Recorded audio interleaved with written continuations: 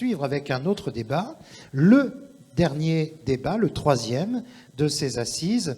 Il s'agit d'évoquer le rôle important de l'OMS, parce que l'OMS, on va le redire, est extrêmement important à Gonfreville. C'est Thierry Fondimard qui va maintenant aller au pupitre, président de l'OMS justement et de l'ESMGO Judo. Thierry va évoquer la promotion du sport pour tous à Gonfreville grâce à des actions réalisées avec les élus, le service municipal des sports, les clubs, associations et amicales. Merci. J'espère que vous avez tous bien mangé. Vous n'allez pas trop dormir cet après-midi. Hein. On n'a pas trop de soleil qui chauffe. Ça devrait le faire. Hein. Notre temps normand est toujours présent malgré qu'on est au printemps depuis 3 jours. Alors, le rôle de l'Office municipal des sports. 3 questions dans le ressenti des personnes. C'est quoi le rôle municipal des sports dans notre ville? Pourquoi faire? À quoi ça sert? L'OMS est une association transversale de concertation, de propositions qui, au sein de la ville, a pour vocation d'être au service des clubs, des sections, des écoles, du collège, des associations et des amicales, afin de contribuer au développement de l'éducation physique et sportive et du sport en général. Il constitue et entretient un lien régulier avec les élus et favorise le partenariat des clubs sportifs locaux avec le service municipal des sports. L'OMS est un véritable outil de concertation, d'études, de propositions, de promotion et d'animation.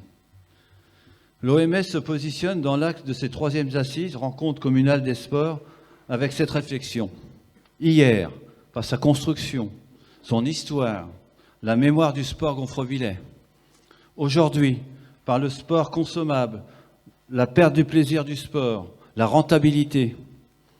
Demain, par le sport avec les nouveaux besoins des sportifs, de la population, le sport santé, le sport adapté, les nouvelles technologies sportives.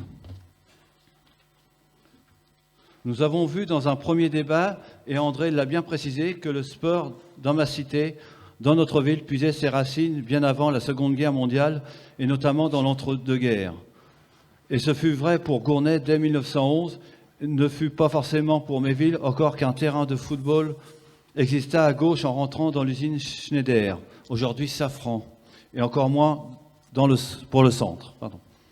Certes, il y avait beaucoup d'espace, mais voué à l'agriculture et au pastoralisme, à la zone industrielle naissante et à l'implantation des camps américains devenus, après l'exode, les cités provisoires.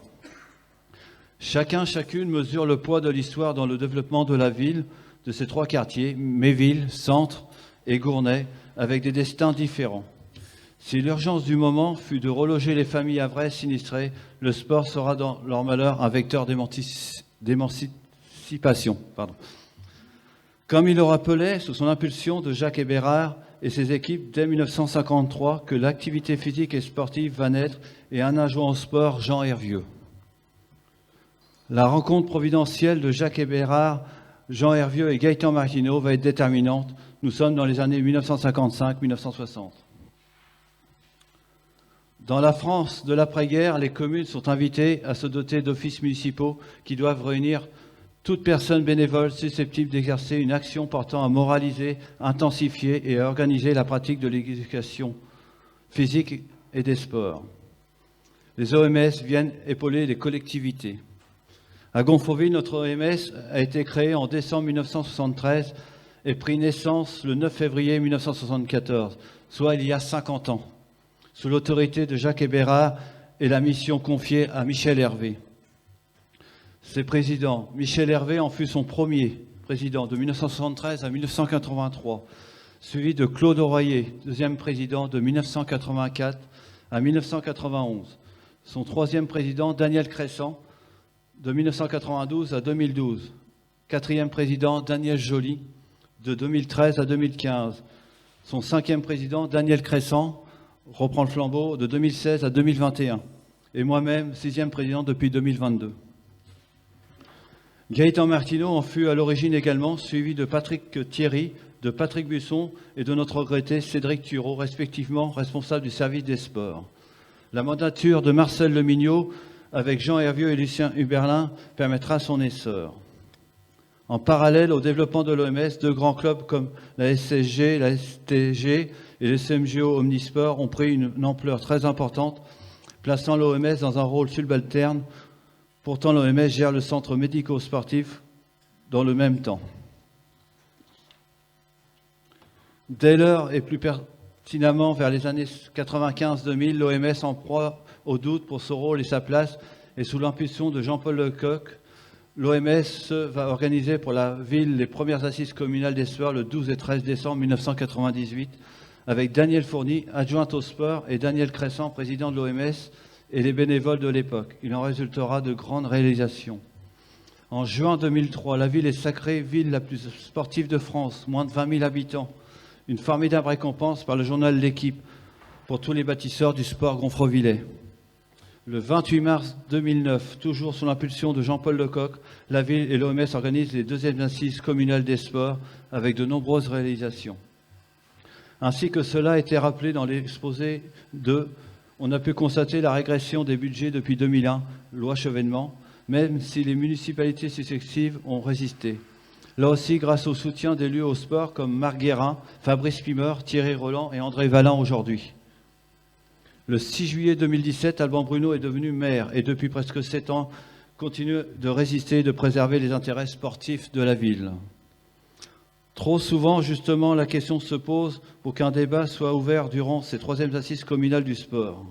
Pourtant, l'OMS est partout depuis sa création en 1973 et oui, cela fait 50 ans d'existence. Un demi-siècle au service du sport gonfrevillais.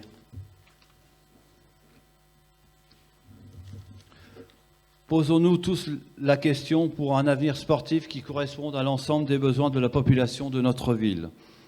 L'OMS n'est pas un service municipal, c'est une association loi 1901 indépendante du pouvoir politique comme du pouvoir sportif, auquel elle ne saurait se substituer.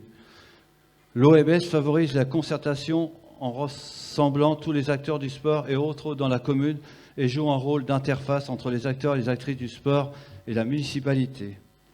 Un OMS pour tous et toutes se doit être le reflet de la population en accueillant en son sein à l'égalité de droits et d'expression tous les acteurs du sport et d'autres voulant œuvrer pour le développement du sport dans notre ville comme les pratiquants, les entraîneurs, les présidents et les dirigeants d'associations, clubs, amicales, etc., les arbitres, les juges, les enseignants, les professeurs du sport de collège, les élus, les représentants du service des sports, du pôle éducation, du PRE, les représentants du CCAS, de l'EHPAD, de la résidence autonomie RPA, les représentants du corps médical, les personnes reconnues pour leurs compétences dans divers secteurs pour les rapports qu'ils ont avec le sport, Planète Patient, Fédération française de cardiologie et d'autres.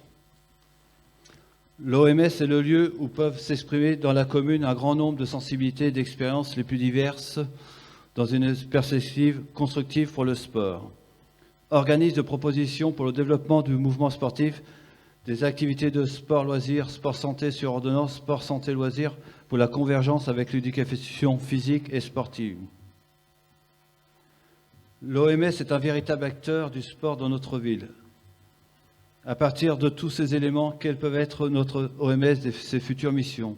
Recenser des besoins sportifs dans la commune, évaluer les moyens à mettre en œuvre pour leur satisfaction, rappeler les responsabilités de l'État et des différentes institutions, prévoir et conduire à tous les niveaux des projets sportifs pour aboutir aux résultats souhaités, émettre des avis et des propositions sur l'utilisation des équipements sportifs, œuvrer à la promotion du sport, tout particulièrement sous la forme associative, aider à la bonne entente entre les diverses disciplines et concourir aux tâches de formation et d'information des associations, des bénévoles, contribuer au développement du sport santé sur ordonnance, sport santé loisirs, proposer, travailler avec la municipalité sur les budgets liés au sport, exprimer en la matière les besoins du mouvement sportif gonfrevillais. Quel pourrait être le fonctionnement idéal de l'OMS, sa relation avec les clubs? Il y a un panel de questions qu'on peut se poser. Depuis 2 ans maintenant, j'ai repris la présidence de l'OMS derrière mon ami Dany, qui a beaucoup œuvré pour le sport gonfrevillais. Ainsi, je ne n'oublie pas Michel Hervé, Claude Leroyer, Daniel Joly, avec un grand regard plus jeune et un fonctionnement dans l'air du temps en utilisant le multimédia, mais aussi en développant la communication au travers des sections sportives et autres de la ville. Ainsi, des rencontres très fréquentes ont eu lieu pour améliorer l'échange sportif sur notre ville, travailler sur les échanges plus nationaux, comme la FNOMS, représentée aujourd'hui par Claude, avec des autres OMS de France, l'OMS de Maglan, avec Sylvain Canu, entre autres, et peut-être prochainement d'autres. Je suis en contact avec beaucoup d'OMS de France. Après, donc, la devise de l'OMS, le sport pour tous. Aujourd'hui, compte tenu des différentes fractures sociétales, et générationnelles de nos 30 dernières années, nous avons encore plus besoin du sport sous la forme ludique, sociale et de santé que par le passé. Éducation physique et sport sont synonymes d'effort, de persévérance, de rigueur, de respect, de loyauté, de solidarité, mais aussi de plaisir. Ils sont une école de vie pour nos enfants. Je pense que le sport doit être l'affaire de tous. Le sport est santé individuelle. Le sport est donc indispensable à l'équilibre individuel. Il permet d'apaiser le stress de la vie quotidienne, son rôle dans la prévention et le traitement de certaines pathologies ou maladies. Par exemple, la lutte contre la surcharge pondérale et l'obésité, le diabète, les cancers, mais aussi la lutte contre toute forme de dépendance n'est pas à démontrer. Sport et activité physique sont, avec l'éducation nutritionnelle, deux des paramètres essentiels dans la prévention des maladies et des facteurs d'équilibre mental et de motivation. Le sport et l'éducation. L'éducation physique et le sport constituent des éléments essentiels de l'éducation tout au long de la vie. Il leur faut réserver une place conséquente. En favorisant le développement des attitudes de l'enfant, l'éducation physique et sportive contribue à l'apprentissage de la vie dans la société. L'éducation physique ne doit pas être enfin une soie, mais tout à la fois un moyen d'épanouissement de l'enfant, mais aussi un outil d'éducation et d'émancipation, une méthode de socialisation et d'intégration. Le sport et la cohésion sociale. Le sport, c'est aussi l'apprentissage du lien social. On a beaucoup expérimenté et développé le sport et les activités physiques et sportives dans les quartiers défavorisés et de nombreuses régions. Villes et départements ont essayé d'inclure le sport dans leur politique sociale. Le sport, activité physique, sportive et environnement. Le XXIe siècle doit être le siècle de la sauvegarde de notre planète. Le sport et les activités physiques doivent jouer un rôle important dans ce domaine. Le développement des activités physiques de pleine nature, la promotion de la randonnée, de la marche nordique, du jogging, du trail, du vélo, dans le respect de l'environnement, doit générer une meilleure hygiène de vie, une bonne santé et contribuer à limiter l'implacable pollution par l'homme. Le sport adapté et l'handisport. Aujourd'hui, on parle de sport pour tous, mais on oublie souvent d'inclure dans nos structures le sport adapté, le handisport, à la veille des JO et paralympiques. On se doit d'améliorer ce domaine dans notre panel sportif du sport santé et loisirs dans notre ville. Une réflexion que j'ai pu avoir avec les organisateurs lors de la journée du handicap en novembre dernier, à laquelle l'Office municipal des sports de Gonfreville a participé. Un enjeu qu'il faut prendre en compte dans la formation de nos éducateurs et éducatrices. Le sport au féminin. D'un enjeu d'affirmation du droit des femmes pour participer au sport, la politique de féminisation du sport évolue vers l'enjeu d'égalité réelle entre les femmes et les hommes dans le sport. Travailler sur les discriminations, les violences, avoir la parité dans le fonctionnement des clubs sportifs.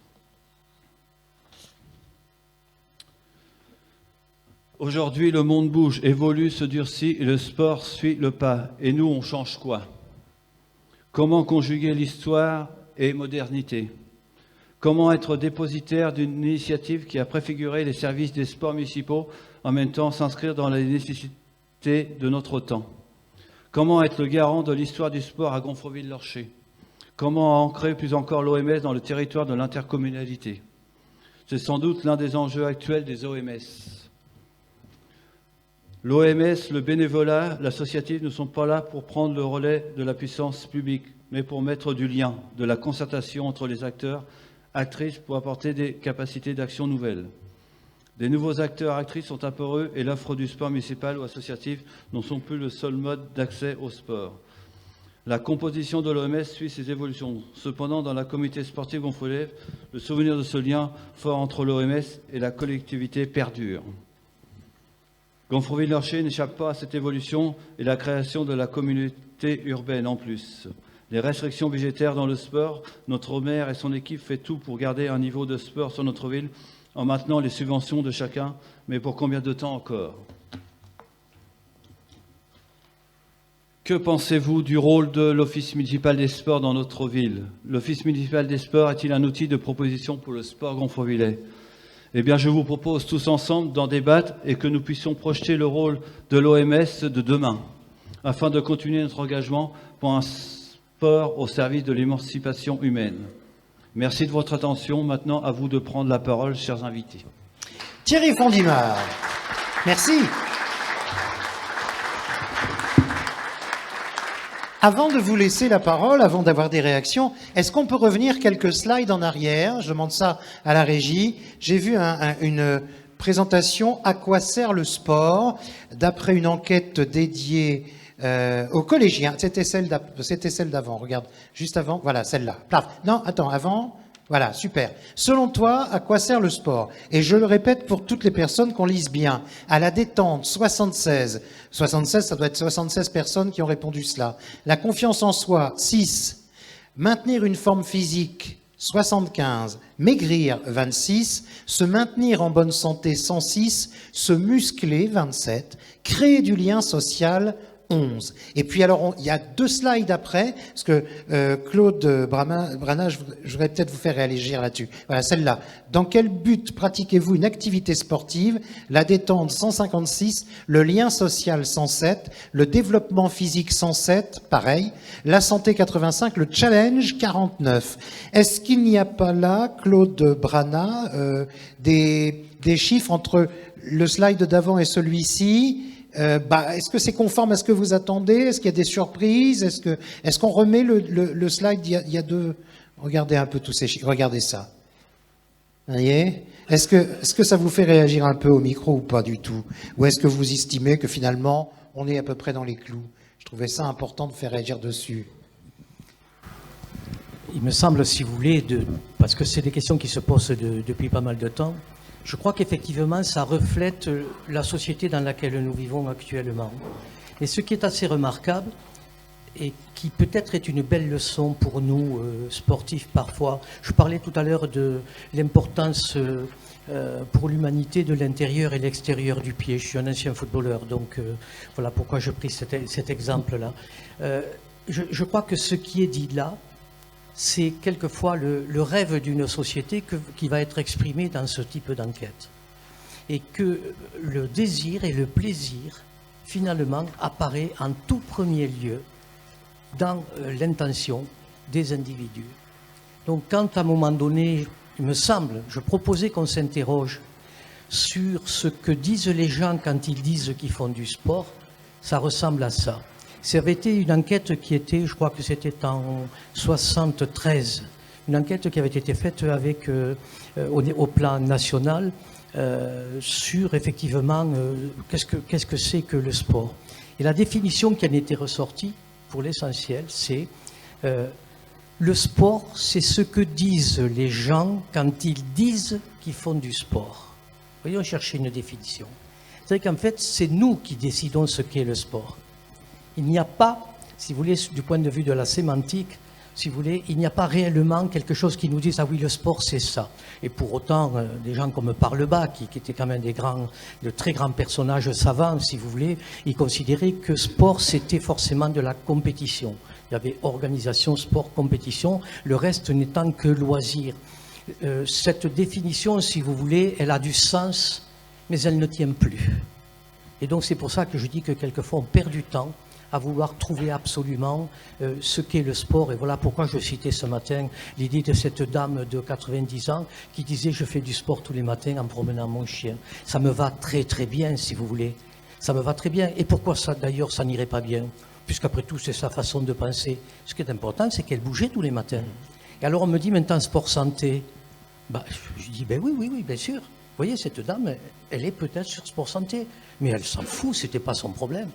Vous voyez, on a ça. Et ça, quand on écoute ça, d'une certaine manière, nous qui sommes souvent des représentants du sport, quelquefois même d'un certain niveau, pour pas mal d'entre nous aussi, peut-être ça nous assagit un peu. De dire que finalement, on a aimé se battre sur un terrain, on a aimé se perfectionner, on a aimé apprendre, encore une fois, c'est fondamental. Mais peut-être que finalement, l'essentiel, c'est de se retrouver entre personnes, c'est se rassembler. c'est du social, si vous voulez. Si j'avais quelque chose à dire de la fédération, celle que j'aimerais que l'on conduise d'une certaine manière, c'est une fédération avec vous. Je dirais pourquoi ça, après tout, si vous me le permettez. Bien sûr. Mais avec vous, c'est de mettre du social dans le politique. Du social dans le politique. Pour moi, c'est ça le véritable enjeu, il me semble, de ce que nous faisons ensemble. Et on ne peut pas y aller seul. On ne peut pas y aller seul. Le culturel, ce phénomène social, si vous voulez, le sport, qui est sans doute d'ailleurs, d'un point de vue mondial, c'est d'ailleurs actuellement l'événement culturel le plus important au monde, c'est le sport. Alors évidemment, ça gêne les cultureux, comme on dit, vous savez, pour leur marquer qu'on est un peu différents. Nous, attention, il ne faut pas déconner avec ça. Bon, non, pas du tout. En fait, ça n'est jamais que nos expressions de vie quotidienne. On s'exprime comme ça, comme on s'exprimera dans la lecture, etc., dans le cinéma ou que sais-je encore, la danse, on en a parlé tout à l'heure, ou dans des pratiques physiques avec des connotations très différentes, c'est-à-dire la haute compétition. Mais ce qui ressort, vous voyez, c'est ça, c'est ce chiffre-là. Finalement, on a envie de se retrouver, d'échanger des choses, de faire des choses ensemble, quel qu'en soit le niveau. Eh bien ça, c'est le désir et le plaisir, et je pense qu'il faudrait revenir à un auteur qui réapparaît maintenant dans cette réflexion, c'est Pierre Sanso. Pierre Sanso, il se définissait comme un ethnopoète. C'est lui qui a parlé beaucoup du rugby. Il disait le rugby, oui, sur le terrain, bien sûr, Estève, vous savez Estève, ce fameux joueur, voilà, celui à qui on demandait comment ça se faisait, qu'il avait mis un tel choc à un joueur qu'il l'avait fait passer par-dessus la rambarde. Et alors évidemment, il a été interrogé en disant, mais est-ce que c'était utile? Il a dit, oh oui, mais ce con, en plus, il voulait jouer au rugby. Voilà, la réponse d'Estève. Donc, si vous voulez, et ça, c'est Pierre Sanso qui rapporte ça. Et il travaille le sport, lui, sous l'angle de la poésie et de la littérature. C'est extraordinaire le travail qu'il a pu faire. Et on commence à le retrouver, si vous voulez, parce qu'il y a ça aussi. Désir, plaisir, apprentissage, culture. Vous voyez comment on peut, à un moment donné, replacer ce monde du sport que l'on croit parfois se limiter simplement au but qui est marqué ou qui n'est pas marqué. Voilà. Ce sont des images, tout ça. Ça flotte comme ça en nous. Je crois que c'est intéressant qu'on lève la tête un peu par rapport, peut-être par rapport à ça. Juste pour la Fédération des offices du sport se distingue d'une manière assez particulière dans le monde du sport, c'est que nous ne sommes pas dans un système pyramidal. Si vous voulez, c'est les offices du sport qui décident de la composition de la fédération de manière directe.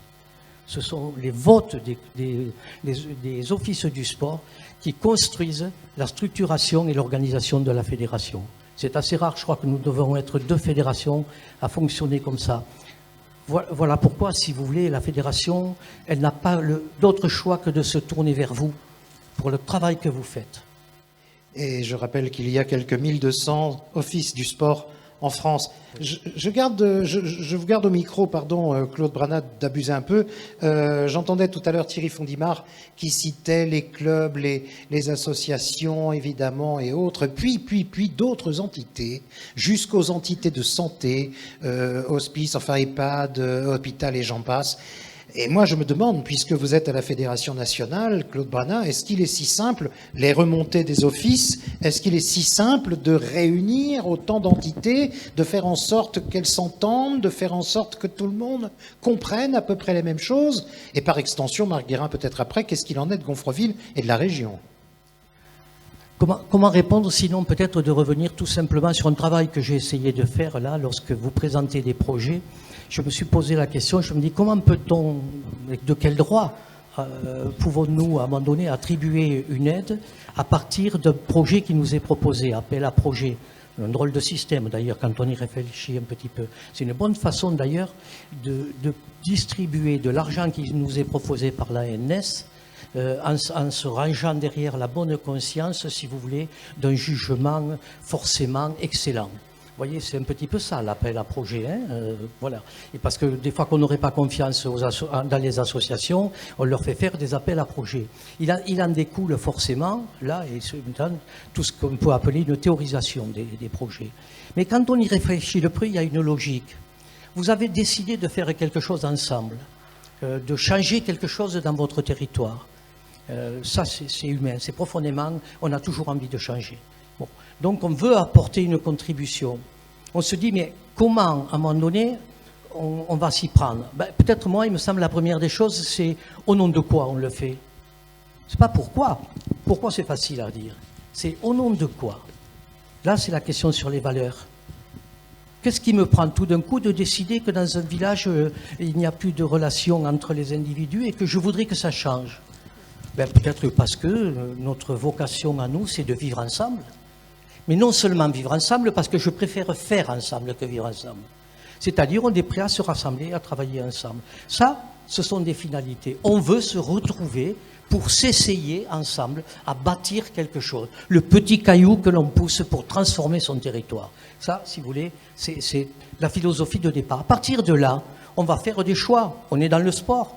On va développer les pratiques, on va essayer d'arriver à convaincre les gens de rejoindre le foot, de rejoindre le rugby. C'est de la dynamique sociale, c'est tout ce que vous voudrez. Donc ça, si vous voulez, ça me paraît déjà une bonne raison de vouloir agir. Mais comment être solide dans ce domaine-là? Je en parlais tout à l'heure au moment du repas. J'étais enseignant pendant quelque temps et je sais que j'avais des jeunes élèves, Marie-Georges Buffet parlait du sport au féminin, de jeunes élèves de 14-15 ans qui de plus en plus fréquentaient le planning familial. Et voilà où je veux en venir. C'est-à-dire qu'on ne s'y attend pas à ça quand on a des 14-15 ans, que les jeunes filles. C'est que probablement il y avait des questions que nous ignorions en tant qu'enseignants.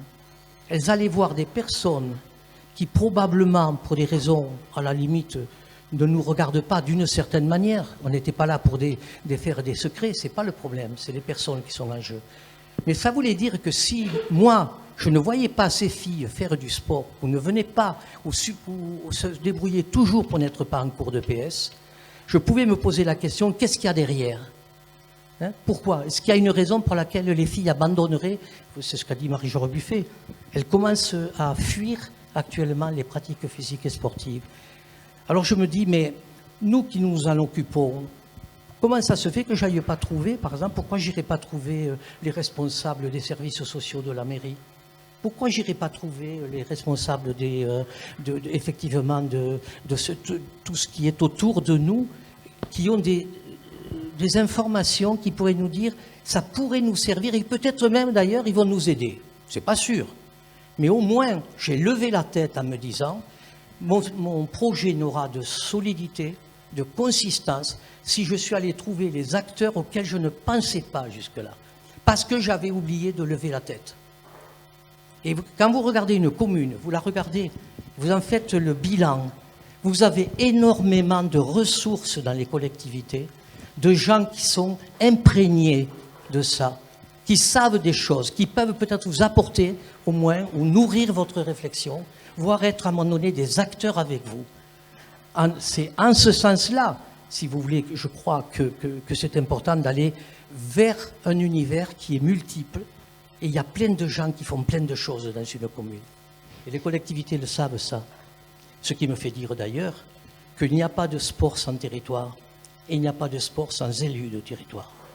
Là, c'est une leçon que l'on doit tirer par rapport à ça. Donc il faut travailler avec. Et si vous voulez, c'est en ce sens que moi j'appelle ça le triptyque vertueux. Triptyque vertueux, c'est quoi?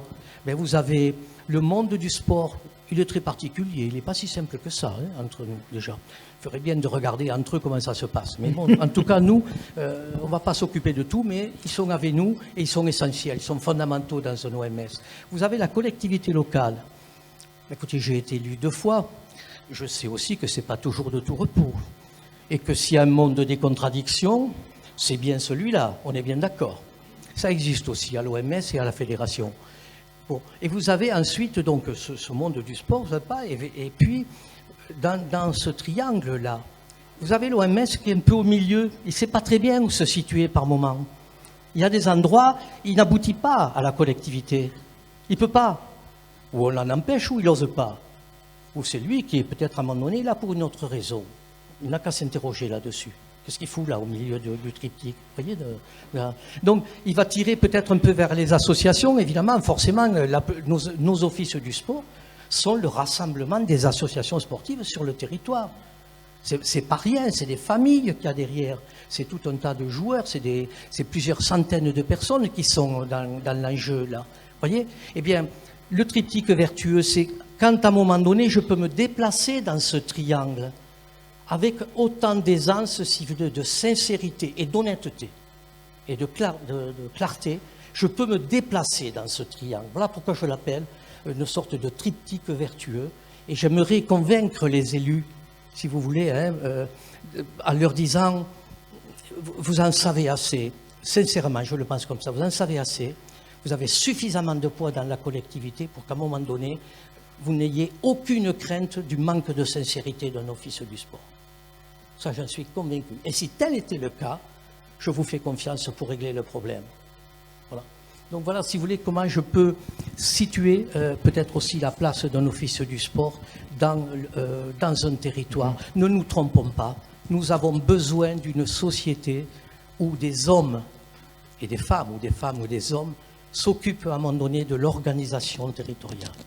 C'est notre façon d'être, c'est notre force aussi dans notre pays. Je crois qu'on a des personnages, comme on a entendu tout à l'heure avec Marie-Georges Buffet, qui nous ont fait des démonstrations d'humanisme, si vous voulez, au plus haut niveau que l'on puisse espérer. Voilà un peu l'image, en gros, que je me fais. Excusez-moi d'avoir été un peu long. Non, je vous en prie. Mais je crois que, si vous voulez que je parle de la fédération, c'est un peu en ces termes-là que je voudrais en parler. Je vous donnerai quelques détails sur les aides et notamment sur la réflexion du football tout à l'heure, sur l'histoire des moyens. Si vous voulez, vous avez posé beaucoup de questions en ces termes-là et vous avez raison, parce que la contradiction, à mon avis, la seule manière de l'aborder, c'est de mettre les contradictions face à face. Et à coup sûr, à un moment donné, on a peut-être des réponses à donner. Voilà. Alors Marc Guérin, je vous donne la Merci. parole, mais réfléchissez à vos questions et réactions. Merci Claude pour ce point de vue exprimé.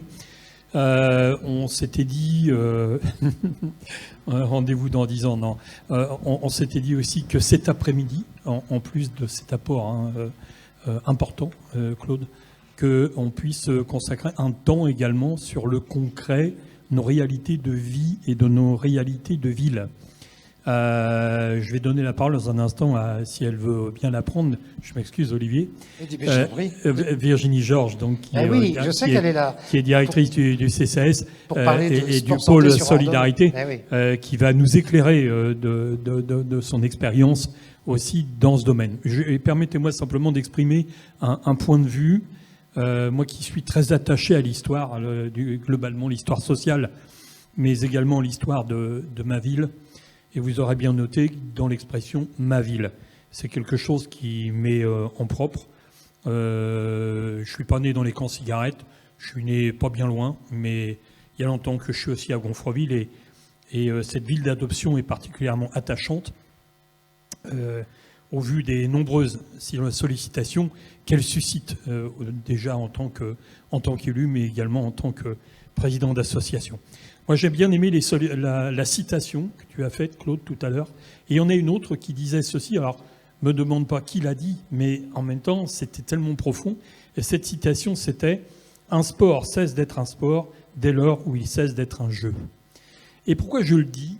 Eh bien, tout simplement parce que elle relie effectivement notre histoire de ville. Voilà. Au départ, il n'y a pas de sport. Au départ, il y a des gamins qui courent dans la ville et qui jouent dans la ville. Et qui devient insupportable aux yeux de Jacques Hébérard en disant « ce n'est pas possible que tous ces gamins en exode du Havre, bombardés, rasés, qui viennent ici, on ne puisse pas les occuper ». Et en fait, la genèse, elle est là. Elle est sur le jeu. Et c'est tellement vrai qu'il y a des sports où la notion n'existe pas. Par exemple, tu l'as dit tout à l'heure, je joue au football, mais je ne joue pas à l'athlétisme. Je joue au rugby, mais je ne joue pas au judo. Je fais du judo. Et on pourrait le décliner comme ça, mais en même temps, on a bien vu aussi que les années passant, toutes les fédérations sont revenues à des basiques pour réinventer le jeu à travers des éducatifs, on appelle ça.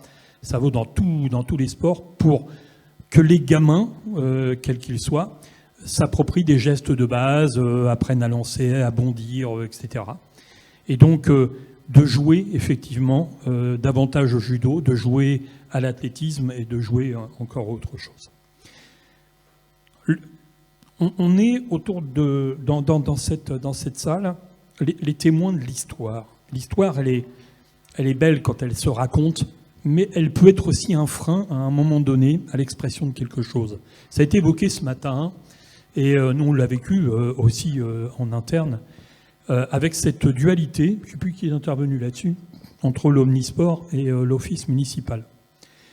Que voulez-vous, mon cher monsieur, lorsque vous avez un omnisport d'une puissance redoutable en termes de section, en termes de dirigeants, etc., et que vous avez un groupuscule de passionnés, de militants, qui sont dans une petite pièce qu'on a appelée la Maison des Sports et qui se disent comment on pourrait faire pour gagner, entre guillemets, des parts de marché dans notre ville. Alors. Ah ben oui, je sais le parler.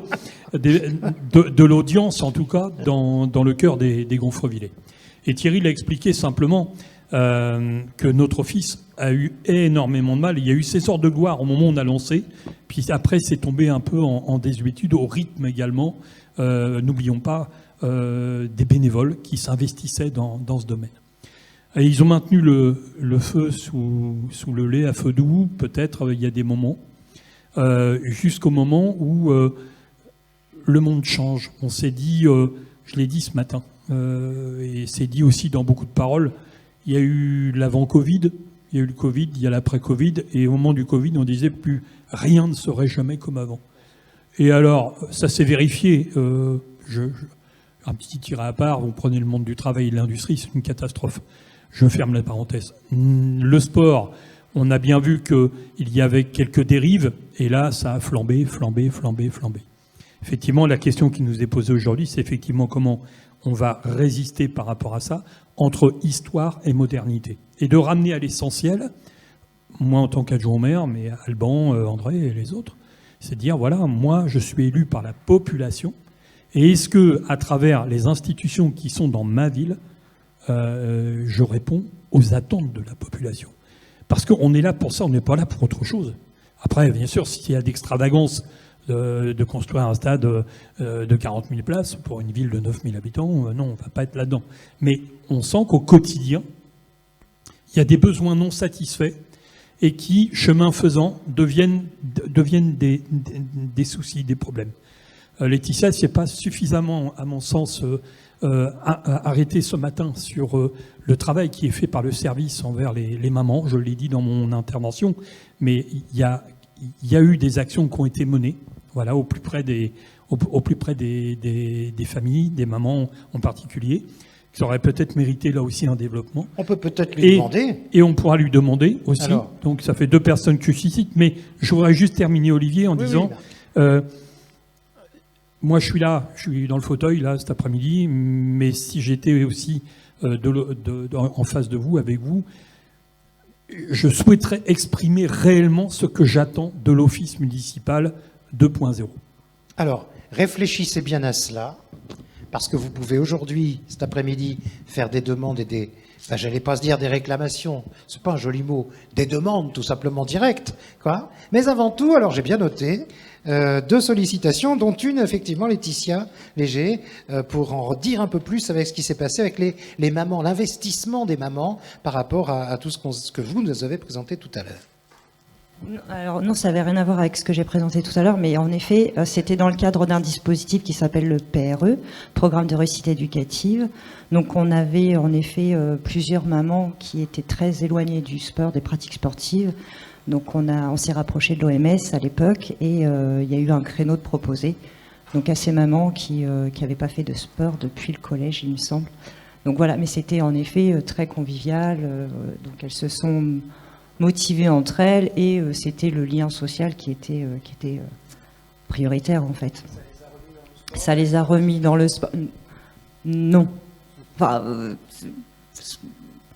pour certaines. Voilà. Certaines ont continué. Alors, au sujet de l'OMS, moi je tiens à dire que dans ma fonction d'animateur-éducateur, j'ai déjà plusieurs fois eu la chance de travailler avec l'OMS en partenariat. Et pour moi, l'OMS, c'est vraiment une interface entre le travail social et le travail avec les sportifs. C'est un lien qui permet de se rapprocher plus facilement. On n'est pas obligé de se rapprocher d'un club ou d'une association. L'OMS a une capacité à s'adapter à plein de choses. Et justement, sur la colonie de Maglan, on se retrouve régulièrement à faire des séjours ensemble et on partage de plus en plus, et j'espère qu'on va continuer, de plus en plus d'ateliers.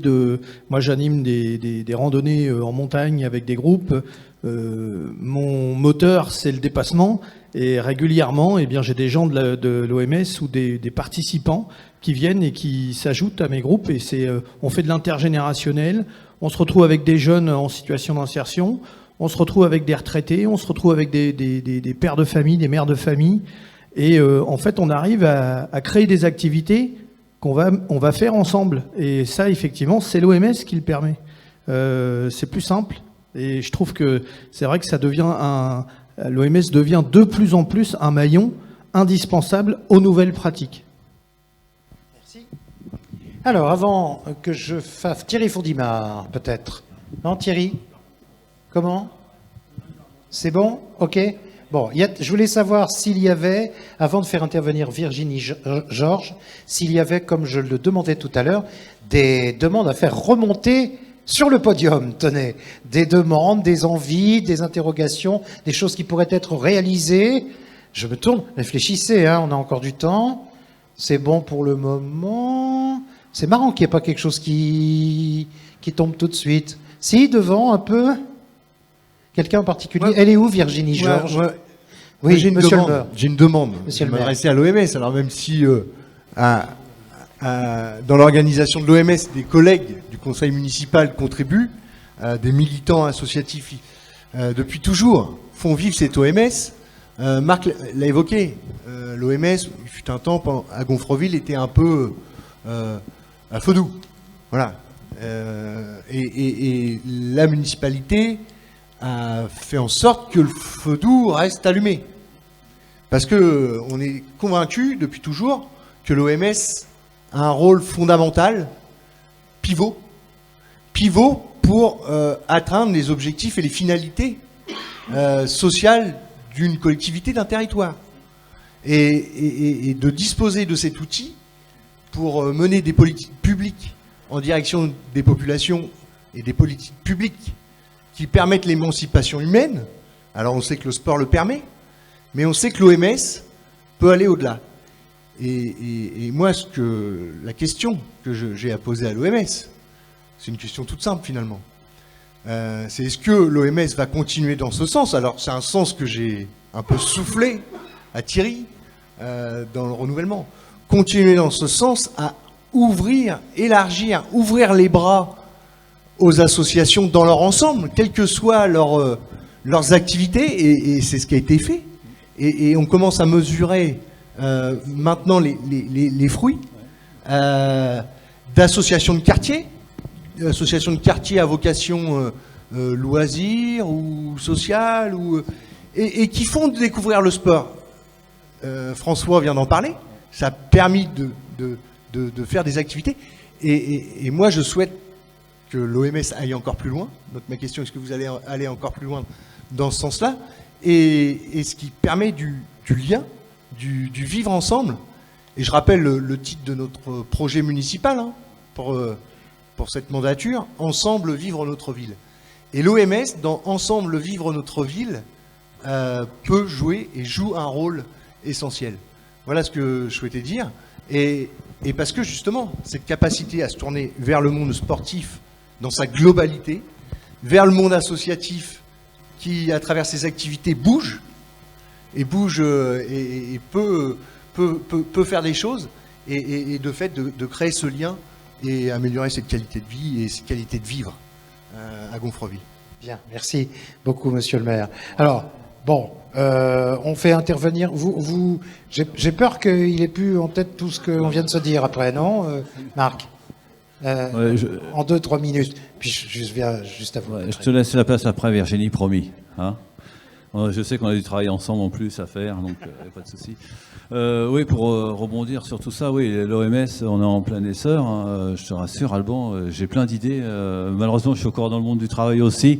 Je serai en retraite au 1er janvier 2027, donc après, j'aurai peut-être du temps. Voilà. Je tiens à remercier aussi Madame qui est dans le public aujourd'hui parce qu'elle me voit pas beaucoup, elle me voit de moins en moins et je tiens à la remercier parce que c'est pas toujours évident pour tout à chacun quand on est investi dans quelque chose, c'est pas facile quoi. Donc pour revenir, oui, je rejoins tout à fait ce qu'a dit François, enfin toutes ces choses-là. Hein, l'OMS, hein, quand mon challenge a été il y a 2 ans, il a fallu qu'on redresse un petit peu la barre. C'était à feu doux, hein, c'était pas tout éteint. Et cette année, hein, pour cette session de septembre à août prochain, j'avais l'ambition d'avoir 100 adhérents et il y avait 30 sections adhérentes à l'OMS. Aujourd'hui, j'en suis arrivé à la 29e section, qui va être la semaine prochaine, qui sont les aventuriers du jeu, faut pas les citer, et je suis à 100 adhérents. Donc je suis content, j'ai déjà rempli la première mission. Il faut savoir qu'au niveau des associations, j'ai rentré autre que les associations sportives. Hein. On a 29 sections sportives, mais dans les 27, dedans, toutes les associations sportives n'y sont pas encore. Je fais du chemin, je vais batailler, je vais tous les week-ends dans les AG, dans tout ce que je peux aller, les tournois. Je fais du porte-à-porte quelque part, mais ça fonctionne. Et il faut savoir, comme a dit aussi Alban il y a quelques minutes, on a des associations qui ne sont pas du tout sportives, mais culturelles, et qu'on peut recroiser. Et c'est ce que a très bien dit justement François. On retrouve ces associations-là lors des séjours au Maglan. On arrive à croiser des choses sur des séjours tout simples. Aujourd'hui, on va être au mois d'avril prochain, mai, le prochain séjour, on doit être une 60aine à la colo. Il faudra savoir qu'il y a 30 personnes de l'OMS, il y a 15-20 personnes de la danse et 14, je crois, 14-15 de chez François. Et on va mélanger les générations. Et on est parti sur un programme, un projet, ce coup-là. On part pas là-bas à l'aventure. On a écrit des choses, on a monté un groupe de travail, des choses comme ça. C'est pareil, l'OMS aussi maintenant, c'est des groupes de travail, c'est plus des réunions pour des réunions. J'ai horreur de ça, par habitude professionnelle. Hein. Je fais pas des réunions pour la réunion. Et on avance. L'OMS aussi, ça a porté ses fruits. Depuis le 1er janvier, j'ouvre une permanence une fois par mois, de 10h à midi. Donc les infos viennent sur le Facebook de la ville, ainsi de suite. Il faut savoir que la prochaine permanence, c'est samedi prochain. J'ai un carnet de rendez-vous, je crois que je vais passer 12 heures à l'OMS samedi prochain. Eh ben. Alors si je dis ça, il y a ma femme elle va peut-être pas être d'accord. Elle savait pas avant aujourd'hui, elle est contente. Il y a plein de projets. Et en réalité, quand on bouscule tous les gens dans les clubs, les associations, tout le monde a des projets. Et ça, c'est ça qui est bien. Et constamment, comme ça, j'ai des coups de fil là-dessus pour avancer. Donc, je vous rassure, Alban, monsieur le maire, que si on est en bonne voie. Voilà, tu m'as tendu la perche, mais voilà. Merci. Donc, je vais laisser la place à Virginie, oui. Malgré qu'on a du gros travail ensemble sur le sport santé sur ordonnance. Hein, on a un gros projet. Donc, voilà. Alors, justement, Virginie Georges, elle est directrice du pôle Solidarité au CCAS. Et vous allez évoquer maintenant le sport santé sur ordonnance. Oui, alors si vous m'autorisez, je vais faire une petite digression avant d'aborder le sport santé, puisque au CCAS, quand on parle de sport, on a aussi des aides à la pratique sportive sans condition de ressources pour tous les enfants du CP à la 3e. Oui, je me lève. Oui, j'ai mieux pour la captation. J'ai oublié tout à l'heure, merci. J'avais pour la photo aussi. Ah, je fais la photo. Je suis ravie. J'avais pas fait mon brushing. Sur les résidences autonomie aussi, c'est du sport qui s'organise de manière hebdomadaire, notamment de la gym douce avec un intervenant. Alors j'ai vu Loïc ce matin, c'est notre ancien intervenant, mais quelqu'un lui a succédé. Les éducateurs du service des sports aussi qui interviennent 1 semaine sur 2. Et puis les agents en charge de l'animation des résidences qui organisent des marches 1 à 2 fois par mois, une pour des personnes en difficulté qui ont des déambulateurs et une pour des personnes qui ont davantage de mobilité. C'est aussi ça le sport auprès des seniors, du sport adapté. Toutes ces actions, elles sont ouvertes à tous les retraités de la ville, pas simplement les résidents des résidences, et elles sont gratuites. À l'EHPAD aussi, on en parlait tout à l'heure, on a de la gym douce toutes les 2 semaines. On organise également des ateliers motricité avec l'ergothérapeute. 1 fois par mois, il y a une marche avec des bénévoles de la ville. La piscine, 2 fois par mois, de la sophrologie. C'est aussi un moyen de travailler son souffle et de travailler son rapport au corps. Et puis, tous les ans, on participe à l'Amazon, alors même si le Covid avait mis un peu les choses en stand-by. Concernant le sport santé sur ordonnance, c'est vraiment une approche unique, mais efficace de lutter contre la maladie. Les bienfaits du sport, je pense qu'on en a parlé toute la journée, ils sont plus à prouver. Et selon l'OMS, alors cette fois-ci pas l'OMS, voilà, l'Organisation mondiale de la santé, elle précise que l'inactivité physique, c'est le 4e facteur de risque de mortalité au niveau mondial. Et ça représente 6% des décès. L'efficacité du sport santé dans le maintien d'une bonne santé, elle prend une forme encore plus importante quand il s'agit des affections de longue durée. Je vais y revenir un petit peu après. L'activité physique, elle permet de lutter contre la maladie et elle réduit les risques de récidive de 30 à 50% pour les cancers du sein ou du côlon. Ça prévient l'incidence des maladies chroniques non transmissibles, ça limite l'aggravation de l'état de santé des patients, voire ça l'améliore, et ça réduit les risques de récidive de certaines pathologies. En mars 2017, un décret a été publié pour rendre possible la prescription du sport comme une thérapie non médicamenteuse. Et c'est-à-dire que les médecins, ils peuvent prescrire à leurs patients de l'activité physique. Donc le sport prend alors les traits d'un soin non médicamenteux, accessible et efficace, ne faisant ni d'inégalité de genre ou de revenus. Et donc vous comprendrez en précisant que ça ne fait ni d'inégalité de genre ou de revenus, pourquoi Gonfreville s'est engagé dans cette démarche du sport santé sur ordonnance. Les ALD, donc les affections longue durée, sont au nombre d'une trentaine de maladies. On appelle une ALD une affection qui requiert un traitement prolongé en raison de sa gravité ou de son caractère chronique. Ça peut passer, je ne veux pas vous faire la liste parce qu'elle est longue, mais depuis les AVC invalidants jusqu'aux cardiopathies, en parlant des maladies chroniques du foie, du diabète, mais aussi les maladies neurodégénératives telles qu'Alzheimer ou Parkinson, les cancers, et depuis 2022, et c'est assez particulier et nouveau, c'est ouvert aux personnes qui ont des troubles psychiatriques. Le décret du 30 décembre, il a distingué 3 niveaux d'intervention dans le sport santé sur ordonnance, et notamment les professionnels qui peuvent les accompagner, notamment les personnes certifiées par la fédération sportive qui peuvent intervenir auprès de patients présentant des limitations minimes, les coachs APA, donc activité physique adaptée, qui peuvent intervenir auprès des patients présentant des limitations modérées, et les professionnels paramédicaux, donc là on parle des ergos, des kinés, des psychomotes, qui interviennent auprès des personnes qui ont des limitations sévères. Quand on parle d'activité physique adaptée, je vous en ai un peu parlé quand j'ai parlé de ce qu'on peut faire dans les résidences ou à l'EHPAD. On parle d'une activité physique qui peut être quotidienne, qui peut être de loisirs, qui peut être de sport ou d'exercice programmé, et qui nécessite des mouvements du corps. L'activité physique adaptée, elle se définit en fonction des aptitudes des personnes, de leur motivation et des besoins spécifiques du patient, qui ne peuvent pas avoir des conditions d'activité sportive ordinaires. À Gonfreville, alors le plus souvent dans le sport santé, on retrouve le vélo, la natation, la marche, la gym, la course à pied. Et à Gonfreville, ça a pris plusieurs déclinaisons, donc avec certaines sections sportives qui sont toujours présentes dans le programme SSO, d'autres qui l'ont quitté pour différentes raisons. On a notamment la marche nordique, la remise en forme aquatique, la danse, le handfit, l'aviron, le judo, le full contact, peut-être demain le basket et la gym adaptée. Alors, on l'a évoqué ce matin, je crois que c'est Jean-Paul qui en a parlé. Aujourd'hui, qui rembourse quoi dans le sport santé sur ordonnance? C'était quand même un des enjeux de la question du sport santé sur ordonnance. Du côté de la sécurité sociale, il ne se passe pas grand-chose, pour pas dire rien. Du côté des assurances et des mutuelles, certaines peuvent prendre en charge du sport santé sur ordonnance. Mais je ne vais pas vous apprendre combien les mutuelles sont coûteuses et combien l'inégalité d'accès aux mutuelles est variable pour les personnes. Et donc, vous comprendrez pourquoi certaines collectivités territoriales, et encore plus à l'aune de ce que je viens de vous dire, ont fait le choix de développer du sport santé sur ordonnance. Parce que le sport santé sur ordonnance, c'est un moyen de rendre accessible à tous, en tout cas aux habitants d'un territoire. On a beaucoup parlé de territoire. et sur la une volonté politique forte de promouvoir à la fois l'accès à la santé et au sport.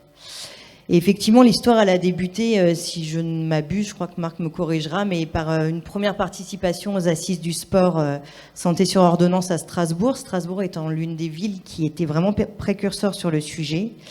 Et à Gonfreville, on l'a dit toute la matinée, il y a toujours eu une volonté politique forte de promouvoir le sport. Le sport pour tous, c'est aussi de la solidarité, c'est du bien vivre ensemble, c'est du lien social. Et si aujourd'hui la compétence santé, elle s'exerce au niveau de l'État et par délégation un peu la communauté urbaine, Gonfreville a toujours été, malgré cette compétence de l'État, très engagée et très proactive sur ces questions-là. L'idée étant, encore une fois, de favoriser l'égalité d'accès à la santé et au sport. On l'a vu particulièrement puisque le programme SSO, il a démarré en 2018, pendant le Covid, ce qui a été très marquant, au-delà du fait qu'on ne pouvait plus se réunir pour faire du sport ensemble et qu'on ne pouvait plus accueillir les bénéficiaires de SSO, un des éléments vraiment marquants qui est apparu, c'est la question du lien social. Et on a essayé autant que faire se peut, en distanciel, en envoyant des vidéos, en se connectant, en se téléphonant, de maintenir ce lien social. Parce qu'on s'aperçoit que dans le sport sur ordonnance, au-delà du sport, au-delà de la santé, c'est vraiment ça qui crée les synergies entre les participants et les associations sportives qui les accompagnent. C'est aussi un moyen, le sport santé sur ordonnance, d'être acteur en tant que citoyen dans sa ville, parce que, alors je ne sais plus s'il est là cet après-midi, mais peu importe, on a des anciens bénéficiaires de SSO qui ont la volonté de monter des associations pour poursuivre, une fois la sortie du dispositif, ce lien social et ces actions au service de la santé. Il faut savoir que Gonfreville a été la seule ville du département et de la Haute-Normandie, ex-Haute-Normandie, à bénéficier d'une subvention de l'ARS dans le cadre de ce projet expérimental qui a été lancé en 2018, subvention pour 3 ans, et que l'ARS a fait confiance à Gonfreville pour renouveler pour 3 ans supplémentaires ces subventions qui sont aujourd'hui... Alors, le dispositif SSO s'est largement développé sur le territoire, mais Gonfreville a été précurseur sur notre territoire, à la fois départemental et régional. Aujourd'hui, il y a plusieurs questionnements autour du SSO. C'est quelque chose qui est complexe. On l'a vu, on a participé avec Marc l'an passé aux Assises du sport santé sur ordonnance à Strasbourg, notamment la question de la place du médecin dans ce dispositif, parce que on peut être amené à un moment donné à avoir des informations d'ordre médical, alors que vous savez tous que les informations d'ordre médical sont couvertes par le secret médical. Donc on travaille aussi avec les médecins prescripteurs à plutôt nous indiquer des limitations plutôt que des pathologies. D'ailleurs, ce qui est beaucoup plus aidant pour les clubs qui accueillent les bénéficiaires du sport santé, parce que ce dont ils ont besoin pour accompagner les personnes, c'est qu'est-ce qu'on peut leur faire faire et qu'est-ce qu'on ne peut pas leur faire faire. On travaille aussi avec Planète Patient, qui est une plateforme d'éducation thérapeutique du patient, qui travaille notamment dans le cadre d'une maison sport santé qui a ouverte sur Caen et qui déploie de nombreux dispositifs SSO, et c'est un peu notre garantie médicale parce que eux peuvent avoir accès à des données médicales, et notamment, et c'est ce qu'on veut développer, c'est pour ça qu'on dit qu'on a du pain sur la planche avec Thierry, c'est l'accès à un premier bilan médical d'entrée au moment de l'entrée dans le dispositif SSO et à un bilan médical de sortie pour pouvoir mesurer de manière la plus factuelle possible quels ont été les bénéfices pour l'adhérent à SSO. Une autre difficulté qu'on rencontre, et ça c'est pareil, c'est partagé par toutes les villes qui portent des dispositifs SSO, c'est l'accompagnement vers la sortie. Parce que à Gonfreville, la manière dont ça s'est organisé, la première année, il y a eu 28 bénéficiaires. L'idée, c'était d'en avoir 30 par année avec une montée en charge progressive jusqu'à 90. L'idée étant que les gens, au bout de 3 ans, sortent et repris des habitudes, c'est presque de l'éducation thérapeutique du patient, et poursuivent une activité sportive. Or, c'est très complexe d'organiser des sorties sans que ce soit des sorties sèches. C'est-à-dire que les gens, du jour au lendemain, arrêtent la pratique sportive. Et effectivement, une des difficultés, c'est que le système, il est parfois embolisé par l'absence de porte de sortie. L'idée aussi, c'est comment on maintient le lien social après la sortie du dispositif, au-delà de l'activité physique elle-même. ce qui est important, c'est d'avoir aussi des ambassadeurs. Des ambassadeurs du bienfait de la santé par le sport. Je pense qu'on a eu des témoignages toute la matinée en début d'après-midi. On est peut-être tous convaincus, mais il faut qu'on soit convaincants. Et notamment, c'est important de pouvoir faire témoigner. Il y avait eu un petit film qui avait été réalisé il y a quelques années, au début du SSO, avec des témoignages de participants qui expliquaient en quoi ça leur avait apporté du bénéfice. On parle beaucoup aujourd'hui de patients experts ou de pairs aidants, c'est-à-dire des gens qui vivent une situation et qui, mieux que personne, peuvent en rendre compte. Et je pense que ces personnes, elles sont importantes.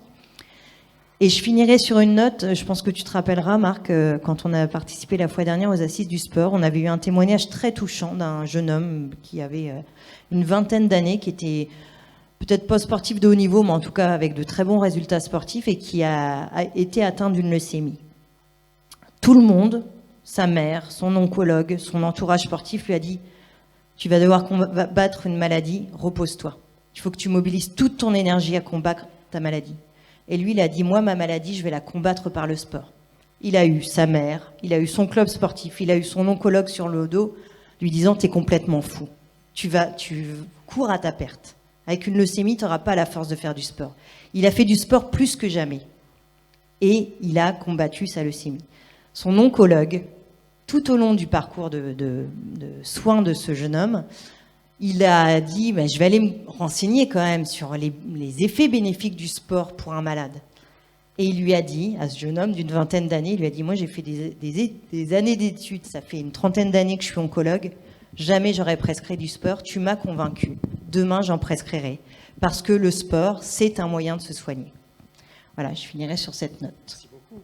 Merci Marc pour rebondir, oui on applaudit bien sûr, ce témoignage important. Témoignage et par extension, encore une fois, des questions auxquelles il va bien falloir, Marc et bien sûr, et M. Valin répondre. Là et encore, oui. Le médecin et j'en passe, j'ai entendu tout ça. Oh oui, on est bien au cœur de ma cité. Merci Virginie pour ton intervention très juste et très pertinente. Merci. Je vous ai envoyé une question tout à l'heure. Voilà, moi... je suis assis à côté de vous, là. Qu'est-ce que vous attendez de l'OMS 2.0 ? Est-ce qu'on a déjà tout apporté comme réponse ? Est-ce que, par rapport aux besoins nouveaux qui sont exprimés, et que vous avez exprimés au cours de rencontres, dans des temps forts, est-ce que cette idée a fait son chemin ?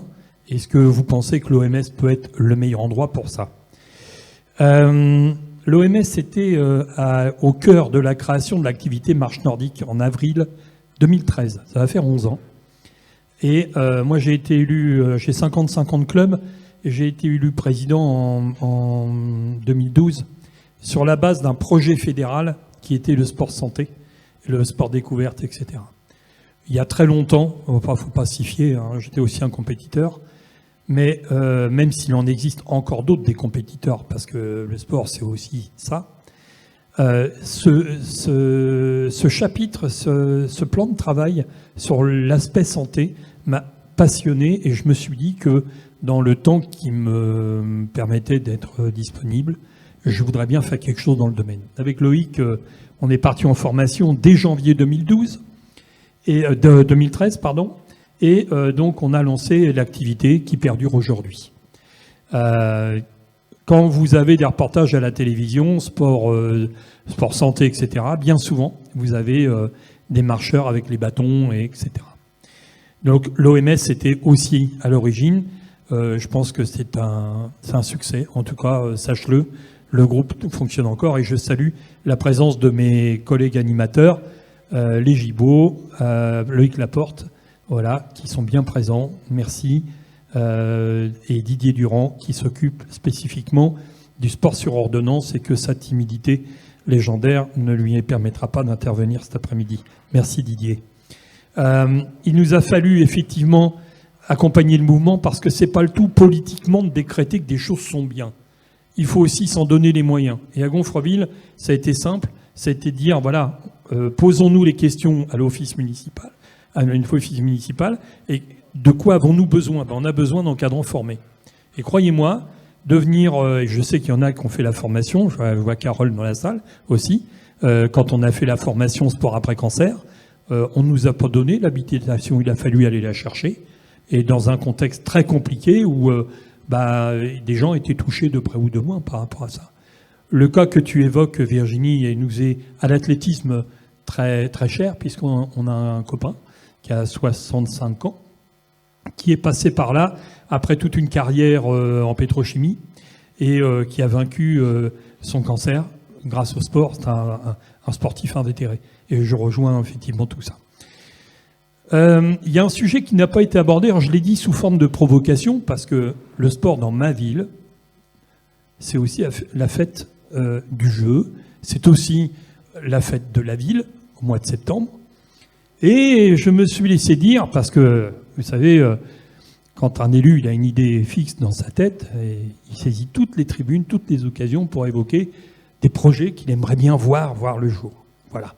Donc, j'ai sollicité Thierry Fondimard et j'ai sollicité mon camarade André Valin, peut-être pour parler de la fête de la ville versus OMS versus militants, pour dire que le sport, il est au cœur de la fête de la ville, qui elle-même est au cœur de la ville, mais est-ce que ça peut aller plus loin? Question. J'ai bien noté d'abord qu'il allait peut-être bientôt y avoir une fête du sport ou des sports. On en a parlé, ça a été évoqué dans des pistes ce matin. Bon, voilà. Alors, ce sont 3 points de suspension. On n'en sait rien. Ça a été une idée comme ça, parmi toutes celles qui ont émergé ce matin déjà. André Valin, je vous laisse de toute façon le micro parce que vous souhaitiez tout à l'heure prendre la parole. Oui, moi je voudrais reparler sur le sport sur ordonnance. C'est une très belle chose. On a super bien marché et puis tout d'un coup, il y a eu la crise Covid, c'est vrai, qui a fait beaucoup de mal. Mais j'ai l'impression que ça a fait un peu plouf. Et ça a fait plouf, pourquoi? Parce qu'il y a d'abord les réglementations qui ont changé. Parce que je pense qu'on est passé d'un dispositif sur 3 ans à un dispositif sur 1 an, avec convention à l'ARS, c'est ça? Avec une convention avec l'ARS. Et on était obligé de passer par Planète Patient. Sauf que Planète Patient, c'est un peu comme l'Arlésienne, on les voit que quand on en parle. Je m'excuse, je suis peut-être un peu... tu sais ce que j'en pense. Moi, je souhaite que ça fonctionne. Alors, il y a des camarades au niveau du sport sur ordonnance qui font le job. L'athlétisme le fait super bien avec la marche nordique. Avec notre regretté Cédric et je me rappelle plus Patrick Busson. Au niveau de la natation et une espèce d'aquagym qu'on faisait, ça fonctionnait bien. Mais pour l'instant, c'est un petit peu lettre mort, à part quelques sections qui fonctionnent bien. Donc Virginie, moi, je suis prêt à me mettre autour de la table avec toi. Mais tu sais, les marchands de vent que me paraissent être Planète Patient, je me méfie toujours. Autre chose aussi. La problématique de SSO, c'est le passage de SSO à SSL. C'est-à-dire SSO, c'est sport santé sur ordonnance. SSL, c'est sport santé loisirs. Et ça, c'est important. Et ça, c'est la porte ouverte pour les usagers qui ont eu des problèmes de santé, de passer vers le loisir et vers le sport. Et c'est intéressant pour toutes les associations sportives et les sections de Gonfreville-Larcher. Ça, c'est pour... Et puis, je vais arriver sur le point que Marc voulait. Effectivement, la fête de la ville, certaines associations sportives sont présentes. Mais moi, je pense que c'est pas suffisant. C'est pas suffisant. On devrait, sur Gonfreville, avoir une fête du sport. Ah bah c'est bien, j'ai bien entendu ce matin. Alors. Oui, tu as très bien entendu. Bon, alors voilà. Et la fête du sport, ça doit être aussi avec les agents municipaux. Je viens d'un site pétrochimique qui est sur la zone industrielle. J'étais président de l'association sportive de ce site pétrochimique. Et on organisait une fois par an le challenge du nombre. Et c'était une espèce de porte ouverte où est-ce qu'on pratiquait, on demandait à tous les agents de l'usine, voire même les entreprises extérieures, de venir sur une journée, découvrir et pratiquer le sport sur une journée. Alors, c'était pas d'une compétition, c'était un moment agréable à passer ensemble, en famille, avec des copains, des amis. Finissait avec un petit buffet le soir, sympa, convivial. Et les gens découvraient, ça allait même jusqu'au baptême de plongée, ça allait, on faisait du tir, là, faut se méfier du tir. Mais oui, on faisait on faisait du tir. Il y avait du football, de la natation, enfin tous les sports qui existaient sur le site. Et ben moi, je souhaite que sur Gonfreville, on puisse faire la même chose. On doit être capable, hein, et on en a discuté ensemble, Thierry, et c'est un de nos objectifs, c'est de faire de cette journée du sport une journée familiale où on vient pratiquer du sport, on vient se détendre, et puis à la fin on fait un petit buffet, et puis c'est sympa. Moi je pense que c'est ça. Je sais pas ce que vous en pensez, mais je viendrai vous voir, moi. C'est important. Et pas pour la plongée, parce que je sais pas nager en plus. Mais justement, pour faire de la plongée, t'as pas besoin de savoir nager, vu que tu coules. Quand même. Bon, alors Thierry va parler, mais n'oubliez pas de faire remonter des propositions, des questions, des envies. Je compte sur vous, hein, Thierry Fondimar. Oui, pour reprendre les propos d'André, oui, la fête du sport, il faut qu'on arrive à faire quelque chose. Moi aussi, ça me tient à cœur, hein, il y a longtemps qu'on en parle. Déjà, on a préparé ces assises, on va revenir un petit peu quand même sur les assises, parce que ça a été un gros travail d'une année, il faut le savoir. On a commencé il y a quasiment un an, presque jour pour jour, en début avril. C'était une réunion par mois jusqu'à la fin de l'année. Après, on est passé une réunion par semaine, et les 2 derniers mois, c'était des mardis après-midi. Donc vous voyez un petit peu le temps. Il y a eu des beaux débats parce qu'on a tout le petit groupe qu'on était, on a bataillé ferme, on a essayé d'aller dans les assauts, on en a parlé. On voyait que ça mordait pas. On a eu un petit flottement malheureusement quand Cédric est parti. On est reparti de plus belle. Et fin d'année, c'est pareil. On avait un flottement, on a fait perdre notre marque. Hein, on a de la chance parce que la maison des sports, il n'y a pas d'étage, donc il n'a pas pu sauter par la fenêtre. Coup de bol, ça a du plein pied. Mais voilà. Et après, il y a eu un essor. Et ce que j'ai apprécié encore après, c'est que tous les services communaux de la ville sont venus se greffer à partir de janvier. Et là, ça a été un plaisir. On a fait des journées de travail incroyables. Et on a avancé à une vitesse grand V. Donc ça, je tenais à les remercier. Je veux qu'on les applaudisse. Eh ben voilà, justement, j'avais demandé qu'on le fasse. J'en parlerai Très bien. Des applaudissements nourris, s'il vous plaît, pour les services municipaux. Ça sera recité dans ma conclusion ce soir. Mais voilà. Donc oui, il y a moyen de faire. Il y a la fête de la ville. Il y a une prochaine réunion qui va être bientôt. J'ai reçu une convocation. J'appelle tous les sections sportives parce qu'à mon goût, il n'y a pas assez de sections sportives à la fête de la ville. On devrait être, il y a, je sais pas, centaines d'associations, monsieur le maire. Je pense pas qu'on ait une centaine d'associations à chaque fois dans la salle. On devrait. Non, mais c'est pas sportif, mais culturel et tout. Donc on devrait pouvoir mélanger tout ça. Et on arrive à faire des belles choses à chaque fois. Donc on espère encore et qu'on partage éventuellement ces moments, cette journée-là, à la fête de la ville, dans une expo ou pourquoi pas. Des témoignages. Là, il y a des idées qui fusent. Aujourd'hui, il y a plein de choses. On prend plein de notes. Comme je vous ai dit, je crée des commissions au niveau de l'OMS. Mais je voudrais que dans les commissions, que ce ne soit pas que les 12 personnes de l'OMS, qu'il y ait des présidents de clubs, des gens de clubs, des gens de la ville de Gonfreville, parce que c'est le cas, là, dans les commissions Maglan. Pour le séjour, on a des gens qui vont à Maglan, mais qui sont dans aucune association sportive. J'y pense, Thierry Fondimar, pardon, ça, je regarde peut-être personne, mais je me dis, est-ce qu'une boîte à idées que ce soit par le biais d'une boîte mail dédiée, Oui. ou est-ce qu'une boîte tout simplement physique, enfin bon, à la maison des sports, est-ce que ça peut pas être, Oui.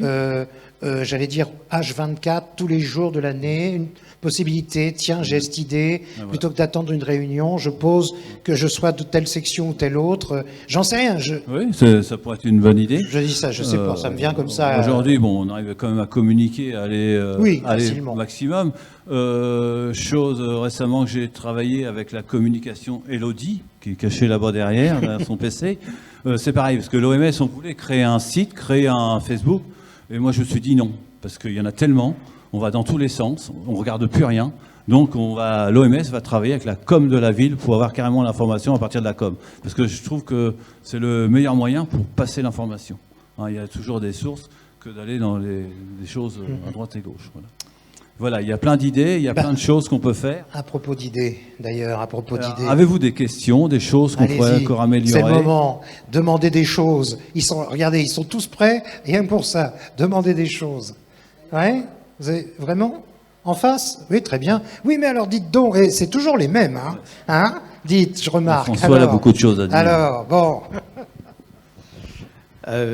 J'ai une réflexion qui vient de me traverser l'esprit parce que moi, dans ma tête, l'OMS, tout seul, l'Office municipal des sports, tout seul, il ne peut pas faire grand-chose. Il a forcément besoin des clubs, des bénévoles, des gens, des citoyens. Enfin, et ma question, je ne sais pas, c'est est-ce qu'il serait possible d'envisager ou d'amener à la réflexion la possibilité aussi que des entreprises gonfrovillaises puissent devenir adhérentes?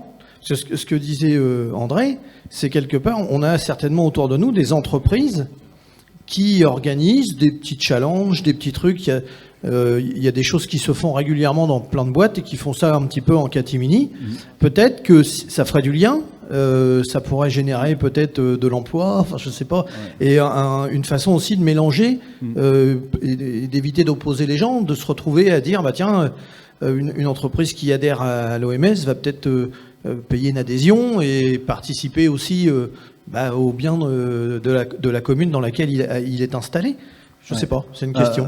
Oui, pour répondre à ta question, François, tu lis dans mes pensées, parce que très récemment, j'ai rencontré une entreprise qui est sur le plateau là, qui est un ami de longue date, et il a retrouvé, parce qu'il a vu une photo de moi dans les bouquins de la ville, c'est comme ça que ça s'est fait. Et justement, pour développer son sport dans l'entreprise par le biais de l'OMS. Il voudrait que ce soit l'OMS de Gonfreville qui soit partie prenante et qu'on essaye de développer quelque chose. Tu vois, donc c'est quelque chose quand même que j'ai pisté. Et tu as raison, c'est moyen aussi d'amener des fonds éventuellement à l'OMS pour améliorer nos fonctionnements. André Valin. Pardon. André Valin et Marc, allez-y, André. Oui, justement. Et Thierry... Justement, comme quoi on est complémentaires tous les deux. Dit le sport travailliste. Ce matin, on l'a abordé, le sport travailliste. Il est complètement au ras des pâquerettes. L'éducation populaire. Hein. Eh bien, justement, c'est peut-être un moyen de le réveiller, le sport travailliste, par ce biais-là. Parce que quand on voit ce qu'a été la FSGT, moi je m'en rappelle, et pour avoir joué au football et puis avoir rencontré à l'époque des équipes FSGT, et il y avait des sacrées équipes FSGT, je peux vous dire que il y avait les joueurs à l'époque, ils avaient le droit de jouer en FSGT, ils avaient le droit de jouer aussi en 3F, et s'ils ne faisaient pas 3 matchs ou 4 matchs pendant le week-end. Michel, tu peux confirmer, je pense. Et il y avait des sacrés joueurs. Hein. Il y a un joueur qu'on a très bien connu sur le Havre qui s'appelait Norbert Evinec, qui faisait partie de, je sais plus comment, c'est les hôteliers, il me semble, FSGT. Il était aux hôteliers et il jouait au HEC. Donc pour vous dire que c'était, ça si je parle du football, mais c'était vrai au niveau du vélo, de l'athlétisme, du cross, il faut relancer le sport travailliste, absolument. C'est la base, et en plus c'est nos valeurs à nous, Gonfreville, c'est nos valeurs. Et puis je voulais parler à Claude aussi, tout à l'heure, c'est en final ce que tu disais, c'est rassembler, l'OMS il rassemble les besoins des êtres humains, enfin des individus, quoi. Et on a des besoins, Et l'étymologie du mot sport, ça veut dire s'amuser. C'est ça, c'est fondamental. Les gens, ils ont besoin de s'amuser, de créer du jeu. Marc.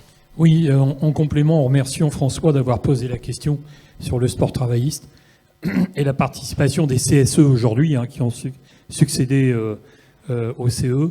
Je voulais remercier la présence et l'intervention de Sylvain Chapelle ce matin, qui représente l'Union locale des syndicats CGT Larfleur-Tancarville, de sa présence, parce que sa présence, elle est lourde en symbole.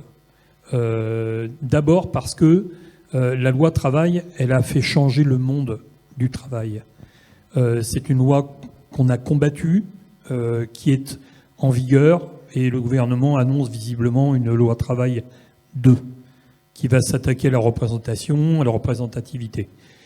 Moi, j'ai travaillé 43 ans et demi en entreprise, une entreprise aéronautique de la zone, et un des grands temps forts de la vie de l'entreprise, c'était les challenges interservices, un petit peu comme le déclinait André. Et en fait, grâce au fait que les gens se retrouvent à se confronter d'un atelier contre un autre et de se retrouver à la troisième mi-temps, ça a créé du lien entre les travailleurs. Quelquefois, ça suscitait des adhésions aux syndicats qui organisaient. De la même manière, j'ai évoqué l'histoire de ma ville, et l'histoire de ma ville, c'est d'abord le sport travailliste, c'est le cross de l'humanité à la Courneuve. Vous voyez, ce sont ces bases-là qui ont fait qu'on est là aujourd'hui. Et des sections, alors il n'y en a plus beaucoup, je crois qu'il y en a encore 2 à Gonfreville. Il y a la pétanque qui joue en FGT, et je me demande si le cyclisme, Éric Dagoubert, le cyclisme est encore en FGT. On a fait d'autres choix, c'était le choix de l'athlétisme à une époque, de dire on ne pouvait pas courir 2 lièvres à la fois, mais il y a eu jusqu'au championnat du monde, des camarades Loïc sont allés jusqu'au Brésil et ils ont participé à ces championnats du monde du sport travailliste. On fait qu'à un moment donné, il faut y retourner. C'est Thierry qui dit « je fais du porte-à-porte ». Pour te donner un ordre de grandeur, François, pour préparer ces assises, on a envoyé, mais je suis bien placé pour le savoir, peut-être globalement 500 courriers, y compris des courriers nominatifs. Le monde du travail n'a pas répondu. 10 CSE, alors je ne suis pas allé dans les petites boutiques, mais des gros, pas de réponse. Tu vois, y compris le CSE Safran, pas de réponse. Donc on a encore des terrains, des territoires à conquérir, parce que en 1973, au moment de la création de l'Office municipal des sports, moi je me souviens qu'il y avait des militants de chez nous qui étaient élus au CE et au syndicat, qui participaient aux travaux de l'Office municipal des sports. Vous voyez, il y avait Georges Delaunay et d'autres copains, des militants, donc, et qui apportaient leur contribution. Il y a des passerelles qui sont opérées, et la présidente de l'amicale de tir de Gournay pourrait aussi en parler, qui est une terre d'accueil. Alors contrairement à ce qu'on pourrait penser, c'est pas que des carabines, parce qu'il y a dans cette amicale de l'humain, il y a beaucoup d'humanité, et un esprit de la laïcité savamment cultivé par sa présidente et quelques membres. Et c'est difficile, ça reste difficile. Et qu'est-ce qu'ils ont fait aussi toutes ces années? Ils accueillent des jeunes, à un moment donné, dans certains dispositifs, et ils ont aussi accueilli des challenges interservices de tir. Et donc, moi, je pense que c'est important aussi qu'il y ait ce partage-là. C'est toutes ces passerelles entre le monde du travail, les CSE et les associations sportives du territoire. Voilà. Donc, on voit qu'il y a des pistes. Et là, je crois qu'il faut que l'Office municipal des sports continue dans le chantier auquel nous invite Monsieur le maire à travailler cette dimension-là, peut-être pour faire revenir autour de la table, effectivement, toutes les personnes qui ont du talent et qui côtoient le monde du travail. Dites au plateau, il y a un thème sur lequel je voudrais qu'on revienne, parce qu'on a parlé de sport santé, c'est un handisport. On n'en a pas beaucoup parlé, on l'a peu évoqué, mais je trouve que c'est assez important quand même de reparler de ça et de l'inclusion, de l'handisport. Où est-ce qu'on en est? Qu'est-ce qui est à améliorer? Là encore, quels sont vos retours d'expérience aux uns et aux autres depuis quelques années que ces assises n'ont pas eu lieu? Ça a sûrement évolué, j'espère que cela a évolué. Marc?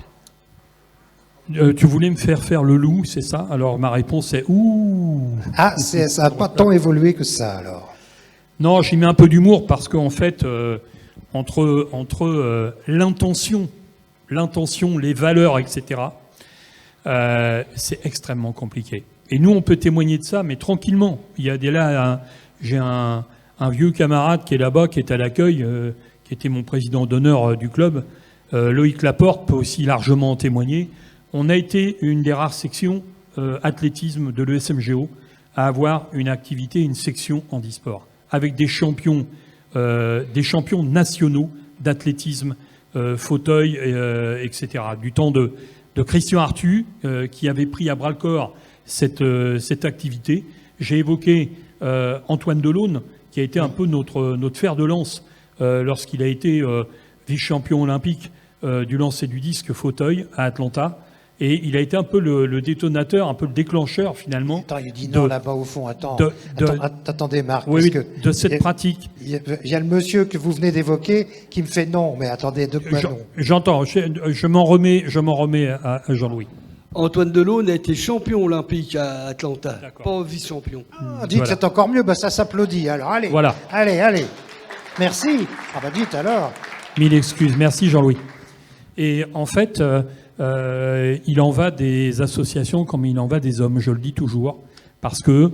ça dépend de la motivation. Quoi. Ça dépend de la motivation. Pardon de le dire comme ça. Ça dépend des parcours de vie. Et les associations, nous ne l'oublions jamais. On est avant tout des bénévoles, avec tout ce qui nous entoure. C'est-à-dire qu'à un moment, professionnellement, on peut être muté. Professionnellement, on peut être licencié et retrouver et changer de région. On peut être atteint par la maladie. Il y a aussi des décès. Il en va des associations comme il en va des hommes. Et tout l'intérêt qu'on porte à la chose. Et je sais, dans le mouvement sportif, j'ai pas une comptabilité exacte. Nous, on accueille Guillaume, qui est handicapé, mais il travaille dans un ESAT, donc physiquement, et il tient la route. Hein, enfin voilà. Ça fait des années qu'on l'accompagne. On n'est pas forcément labellisé parce que on fait de l'inclusion. Alors le terme généreux aujourd'hui, il s'appelle l'inclusion, voilà. Mais on en fait. Je sais que le judo, à un moment, sur le tatami, Yves il pouvait en parler. On avait Steve, qui était un judoka brillant et qui tu as emmené Yves au championnat de France, je crois, me semble-t-il, de mémoire, et qui était un gaillard hein, et avec une grande gentillesse. Et le club l'a pris en charge. Mais plein d'exemples comme ça, mais ça reste très, très sporadique, ça reste très confidentiel. Ouais. Et c'est dommage, parce que c'est un engagement. Nous au niveau de la ville, on est aussi sur ces valeurs-là. On en fait, on ne le dit pas forcément. J'en veux pour preuve, mais le maire pourra en parler au moins largement aussi bien que moi. On a une semaine consacrée au handicap, avec des tas d'initiatives, où on croise des gens avec de multiples handicaps, des malvoyants, etc.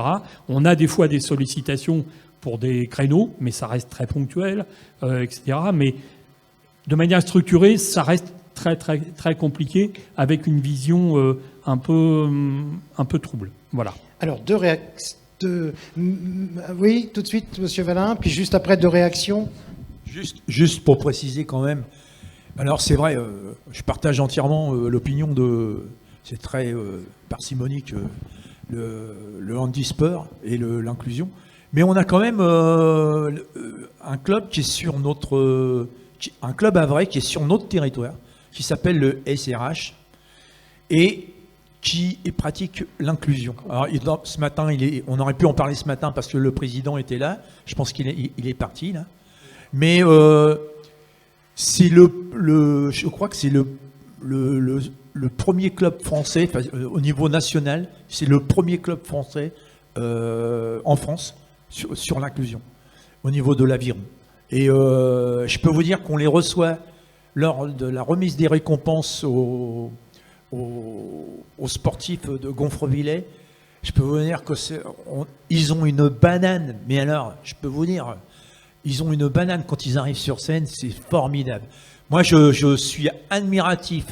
Alors, c'est Caroline Petiot qui s'occupe de ça, mais ils font un travail, c'est incroyable. Et ça s'est pas fait du jour au lendemain, hein, parce que s'occuper de gens handicapés et les amener au niveau, c'est qu'ils les amènent au niveau de compétition, hein, parce que ça va jusqu'aux compétitions internationales. Bah, je peux vous dire que chapeau, on peut les. Donc il existe de l'inclusion. Et puis il n'y a pas très longtemps, justement, lors de la semaine sur le handicap, avec ma petite camarade Brigitte qui est là, on a fait du handisport, basket, fauteuil roulant, hein. Et puis on a passé un bon petit moment ensemble. Alors c'est vrai, hein, c'est tout petit, mais bon, à amplifier, on va essayer, on va y arriver.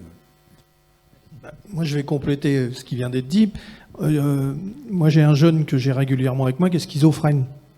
Donc, c'est un vrai handicap. Alors, physiquement, c'est un bon gaillard. Et puis, il s'est passionné de badminton. Donc, le CMGO badminton, les représentants sont là, l'ont toutes les semaines, très souvent, avec eux. Je peux vous dire que c'est pas évident. Que effectivement, c'est un vrai engagement parce que il faut tenir avec les différentes situations qu'on peut vivre avec lui. C'est difficile aussi pour les participants du club parce qu'il faut aussi que les participants acceptent cette différence qui peut être des fois lourde à porter. Moi, je remercie beaucoup les dirigeants du club de badminton parce que c'est un partenariat qu'on a, on va dire indirect, parce que ça s'est fait comme ça, naturellement. Valilion, il va compléter. Et effectivement, ça complète mon travail social parce que le fait que Joey fasse du badminton, ça le canalise et ça lui donne une place dans la société à part entière. Merci. Alors, bon, une réponse et derrière, parce que quand même, madame attend depuis 2 heures la parole. Vous voyez ce que je veux dire ? Ouais, donc Lilian Koustam, présidente de la section badminton de l'ESMGO. Donc oui, je rebondis sur ce que disait François. Effectivement, il est même un peu gentil, parce que je crois que Joey, en plus, a des troubles autistiques. Donc, très premier degré. Donc c'est vrai que c'est pas simple pour les associations sportives comme la nôtre d'accueillir des gens comme ça, parce que d'une part, nous ne sommes que des bénévoles, encore une fois, et les formations qui nous permettraient d'accueillir ce genre de handicap. Alors nous, on a 2 personnes en situation de handicap au sein du club. L'autre, c'est un peu plus facile à gérer, on va dire. Mais les formations qui nous permettraient de gérer plus facilement ces gens-là, on les a malheureusement pas. Et c'est, encore une fois, du temps à prendre sur le bénévolat. Et c'est pas simple. Voilà, c'est juste...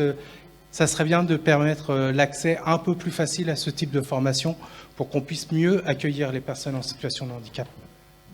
Oui, là encore, j'imagine que ça mobilise des moyens. Avant de répondre, parce que franchement, là, vraiment, il faut vraiment, parce que déjà ce matin, lors du 2e débat, et puis on était trop court, il était temps d'aller déjeuner, et puis on avait tous faim, madame aussi, mais là, depuis tout à l'heure, je dis, non, il faut vraiment que vous preniez la parole. Non, si, j'ai dit, il faut vraiment prendre la parole. Alors, c'est peut-être pas exactement sur le sujet qu'on vient d'aborder. Là, on y est. Dites tout ce que vous voulez. Voilà le micro. Ça va pas être long. Alors Aurélie, je fais partie de l'ESMGO Gym. Donc nous, on a plusieurs enfants qui ont des handicaps. Donc ça peut même... Il y en a qui ont eu des AVC à la naissance, donc ils ont tout un bras, qui peuvent pas se servir, tout ça. On arrive à les gérer. Par contre, l'année dernière, on a eu un souci avec un autiste qu'on a eu de septembre jusqu'à janvier. Et au mois de janvier, on ne pouvait pas le gérer. Il partait dans tous les sens. Il y avait 2 entraîneurs pour 8 enfants. Nous, ils ne sont pas formés pour les gérer. Et un jour, il s'est retrouvé devant la porte de la sortie du stade. Donc là, on a dit, on ne peut plus le gérer. On l'a dit au père. Et son père, il nous a incendié sur Facebook. Ça a été repartagé. Enfin, ça a été un enfer pour nous. Et en plus, derrière, il y a d'autres parents. Ah bah oui, mais moi, c'est vrai, ça se passe mal parce que moi aussi, ma fille, elle est autiste et tout. Et je dis, vous avez eu quoi comme problème ? Un jour, il y a une fille, elle l'a tapé. Je dis, ah oui, puis... non, ça va pas. Donc, c'est bien de prendre des handicaps. Nous, on les met vraiment avec les autres enfants. On les sépare pas. Ils sont mélangés avec les autres. Mais des fois, on ne peut pas les gérer. Parce qu'on n'est pas formé, puis des fois, il faut vraiment des gens qui s'occupent vraiment que d'une personne qui soit avec eux. Merci beaucoup. Merci. Non, mais oui, il faut répondre à ça. Yves, allez-y. Pour apporter plus de détails à ce que disait Marc, la Fédération française de judo a été précurseur dans le handicap. Ça fait à peu près une vingtaine d'années, ça a eu du mal à démarrer, et maintenant ça file vite sur la route. Les différentes sortes de handicaps sont pris en considération, qu'ils soient physiques, mentales, autisme dont vous parlez. Et nous avons des formations, des formations spéciales pour justement ces types de handicaps. Et les compétitions sont départementales, compétitions de ligue et même jusqu'au national. Et comme disait le collègue, il y a des compétitions internationales aussi. Par exemple, on a un judoka qui est 6e dan, qui est non-voyant et qui a été champion olympique à Pékin. Donc il fait régulièrement les championnats du monde, c'est un gars qui a une quarantaine d'années. Et je peux vous dire qu'il est formidable parce que comme il est non-voyant, il a juste des sensations tactiles. Donc dans le judo, on pourrait être non-voyant et on pourrait bien se mouvoir sur le tatami. Il y a les sensations, c'est dans les mains, hein, et le déplacement. Donc ça pose aucun problème. Il fait même des compétitions valides. Oui, mais alors, j'entends quand même bien, mais permettez-moi quand même d'insister. Voilà, je vous redonne le micro, je reviens vers vous et on revient en plateau juste après. Parce que j'entends bien, là, pour le coup, la difficulté, d'encadrer, de bien s'occuper, de faire en sorte que cette personne ou ces personnes soient... Et puis encore une fois, la formation. Alors, ici, madame, vous et le plateau. En fait, nous, c'était le problème avec l'enfant et c'était surtout aussi le problème avec le papa. Parce que des fois, les parents sont presque pires que les enfants. Alors nous, on met en place des formations. On a la chance d'avoir un catalogue de formations gratuites proposé par la DDSCS et on la propose aux animateurs. Alors pas que les animateurs, ça va aussi les collègues de la culture. Enfin voilà. Mais c'est vrai que j'ai jamais pensé à l'envoyer aux collègues de l'OMS. Donc ça peut être aussi un moyen de vous inviter. Et puis en effet, parce que de contacter tous les assos, ce serait pas possible, mais du coup de te les envoyer à toi, Thierry, et que toi après, il y en a une là prochainement sur site d'une journée et demie, donc je pourrais aussi relayer cette information-là. Sur les formations, nous avons des infirmières, des médecins spécialistes dans les différents handicaps qui nous aident, et puis on progresse très vite hein, quand on est en contact direct avec les spécialistes. Et c'est très enrichissant. Juste ce que vous décrivez, alors je mesure bien, et c'est une réalité même que les enseignants dans les écoles rencontrent, hein, la difficulté de l'inclusion entre guillemets à tout prix. Il suffit pas de vouloir pour pouvoir. Effectivement, il y a la question de la formation, il y a aussi la question de travailler ensemble, c'est-à-dire que il faut amener les parents à comprendre que si on veut accueillir leur enfant dans de bonnes conditions, il faut le faire avec eux. C'est-à-dire qu'un enfant qui présente des troubles, notamment plutôt sur le plan des troubles du développement, de l'autisme ou autre, ou des troubles psy, si on ne sait pas faire, on va faire mal. C'est nécessairement on va faire mal et on va faire du mal aux enfants, on va faire du mal aux autres enfants, on va se faire du mal à soi et on va faire du mal aux parents. Donc il faut amener vraiment les parents à être dans une démarche gagnant-gagnant, c'est-à-dire dites-nous vous comment vous faites à la maison. Quand à un moment donné, il est pris de panique par un changement de pièce, un bruit, comment vous faites vous pour le gérer? Et bien évidemment, ça serait formidable que tous les clubs sportifs, tous les bénévoles puissent être formés à l'accueil d'enfants présentant des troubles spécifiques. Mais je pense que ce vœu pieux, avant qu'il soit atteint, il va s'écouler encore un peu d'eau sous les ponts. Et entre-temps, il faut vraiment essayer de travailler avec une démarche gagnant-gagnant, c'est-à-dire comment vous faites-vous pour que nous, on essaye de transposer autant que faire se peut. Et moi, j'invite les clubs gonfrevillers qui rencontreraient ce type de problématique à nous solliciter, parce qu'on a un coordinateur handicap sur la ville. Et au niveau du pôle solidarité, on travaille ces questions-là.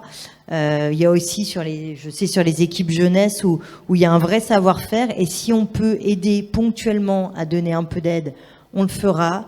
Il faut aussi inviter autant que faire se peut. Alors, on sait que les moyens financiers disparaissent un peu de tous les services, mais notamment les enfants qui sont reconnus en situation de handicap peuvent bénéficier d'aide humaine. Et l'aide humaine, elle ne s'exerce pas que dans le milieu scolaire, même si dans le milieu scolaire, elle se raréfie à grands pas, mais elle peut aussi s'exercer dans tous les autres lieux, c'est-à-dire dans les séjours de loisirs, dans la pratique au club sportif. On peut aussi peut-être travailler avec des bénévoles, mais en tout cas, surtout, ne restez pas seuls. Si effectivement les parents vous appréhendent comme des prestataires qui vont accompagner leur enfant, tout le monde va être en difficulté et finalement, peut-être que la prochaine fois qu'on vous sollicitera, vous direz non parce que on s'est trop mis en difficulté, on a abîmé tout le monde, en premier lieu l'enfant et tout son environnement. Donc ne restez pas seuls. Enfin, vraiment, je vous invite. On a des compétences en interne.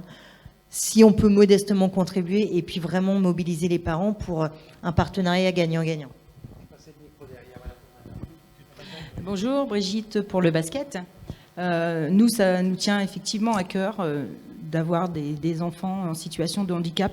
Pourquoi ? Parce que je pense qu'on leur apporte beaucoup. On a un ressenti qui est vraiment très positif.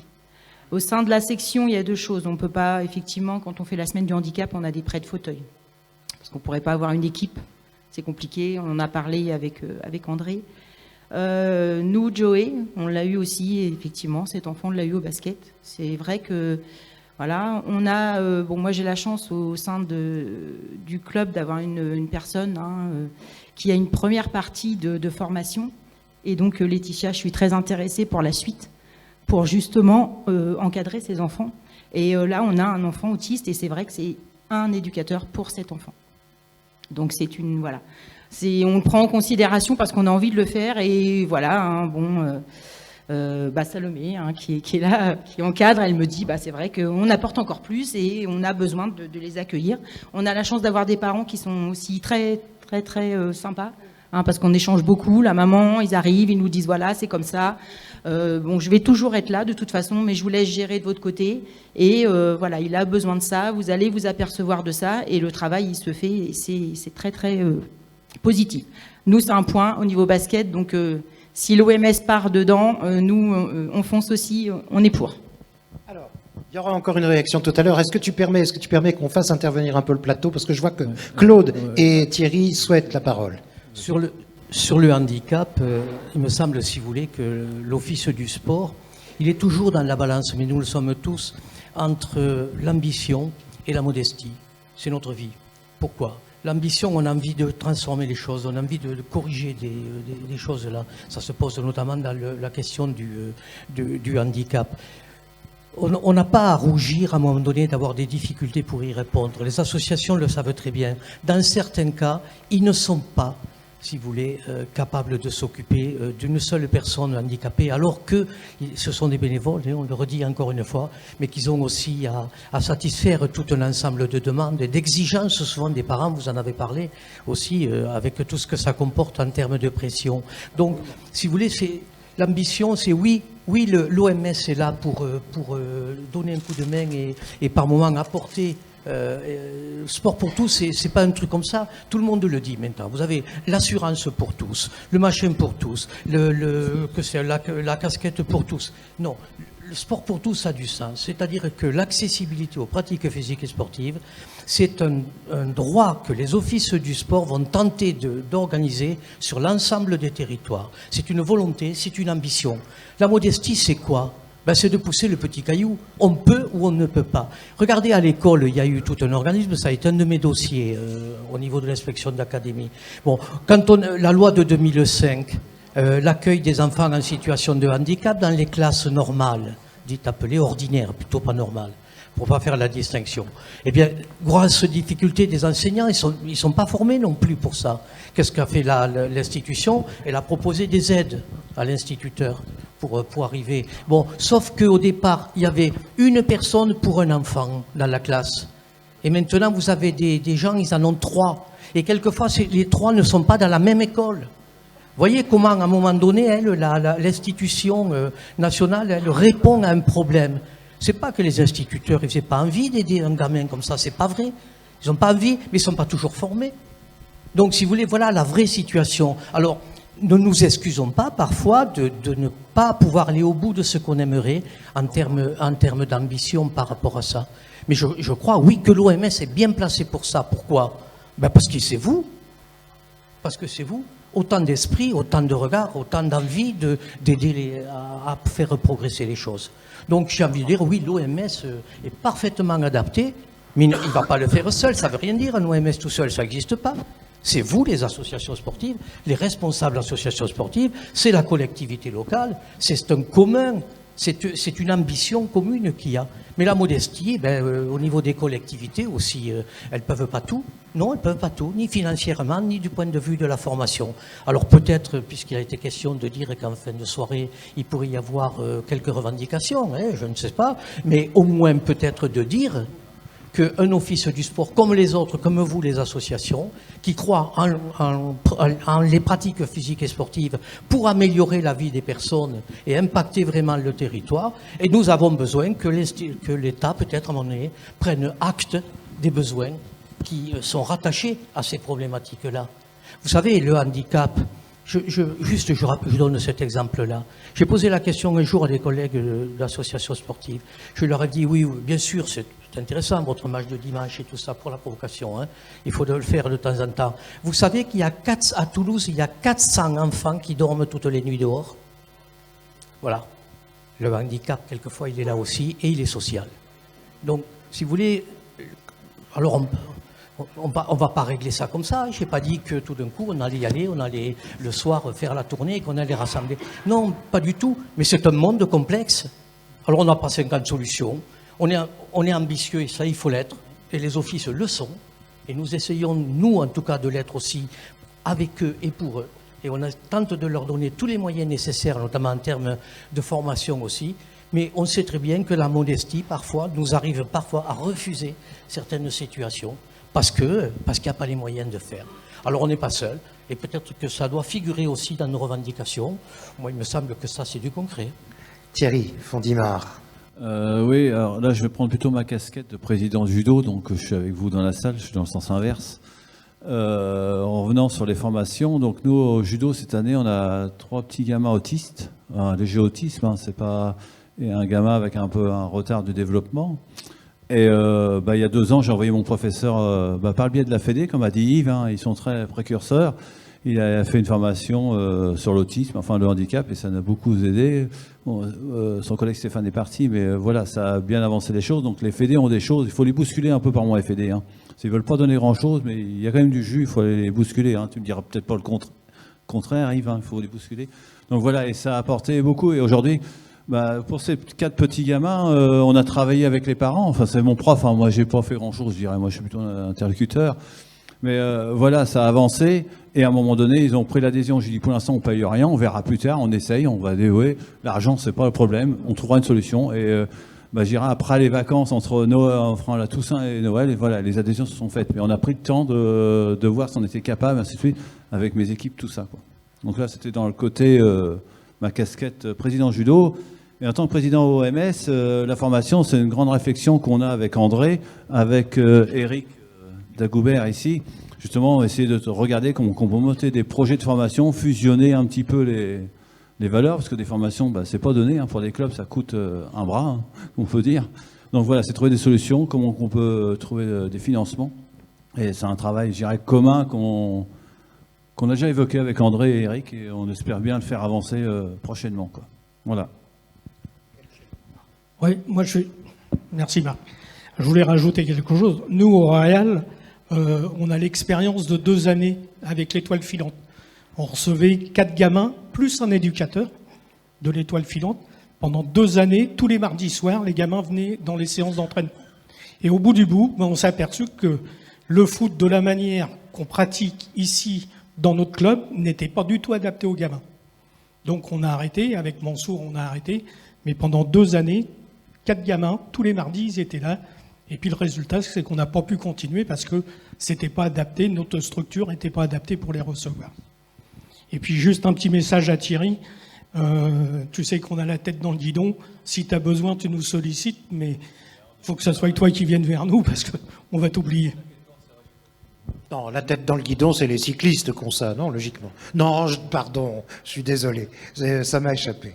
Allez-y, je vous en prie. Moi, c'était pour répondre un peu à la dame qui est la gym. Malheureusement, quand vous savez qu'il y a des enseignants qui sont avec des gens qui ne sont pas handicapés, qui se font insulter par les parents aussi. Alors parfois, il faudra peut-être éduquer les parents avant d'éduquer les enfants. Et puis, attendez, oui, non, mais... non, mais... Puis avoir de la formation pour des gens qui vont encadrer ces gens-là, il faut trouver les bénévoles pour faire la formation, parce que c'est pareil, si on forme des éducateurs qui sont déjà dans les clubs, ils ne pourront pas, même s'ils ont la formation, s'occuper des enfants, entre guillemets, normaux, et puis les enfants avec des handicaps. Donc c'est bien la formation, mais il faut aussi avoir beaucoup de bénévoles, plus de bénévoles pour justement encadrer les sections, et puis même des bénévoles, même pour ne pas encadrer des personnes handicapées, il faut des bénévoles. Donc plus il y en aura, mieux ce sera. Merci beaucoup. Du coup, j'étais en train de faire des messes basses avec Marc. À l'heure où nous arrivons, nous avons du temps encore pour des questions-réponses, mais alors cette fois-ci sur tous les terrains, sur tout ce que nous avons pu évoquer depuis ce matin. Si on a oublié quelque chose, si vous voulez revenir sur quelque chose, on a du temps pour cela et on commence maintenant.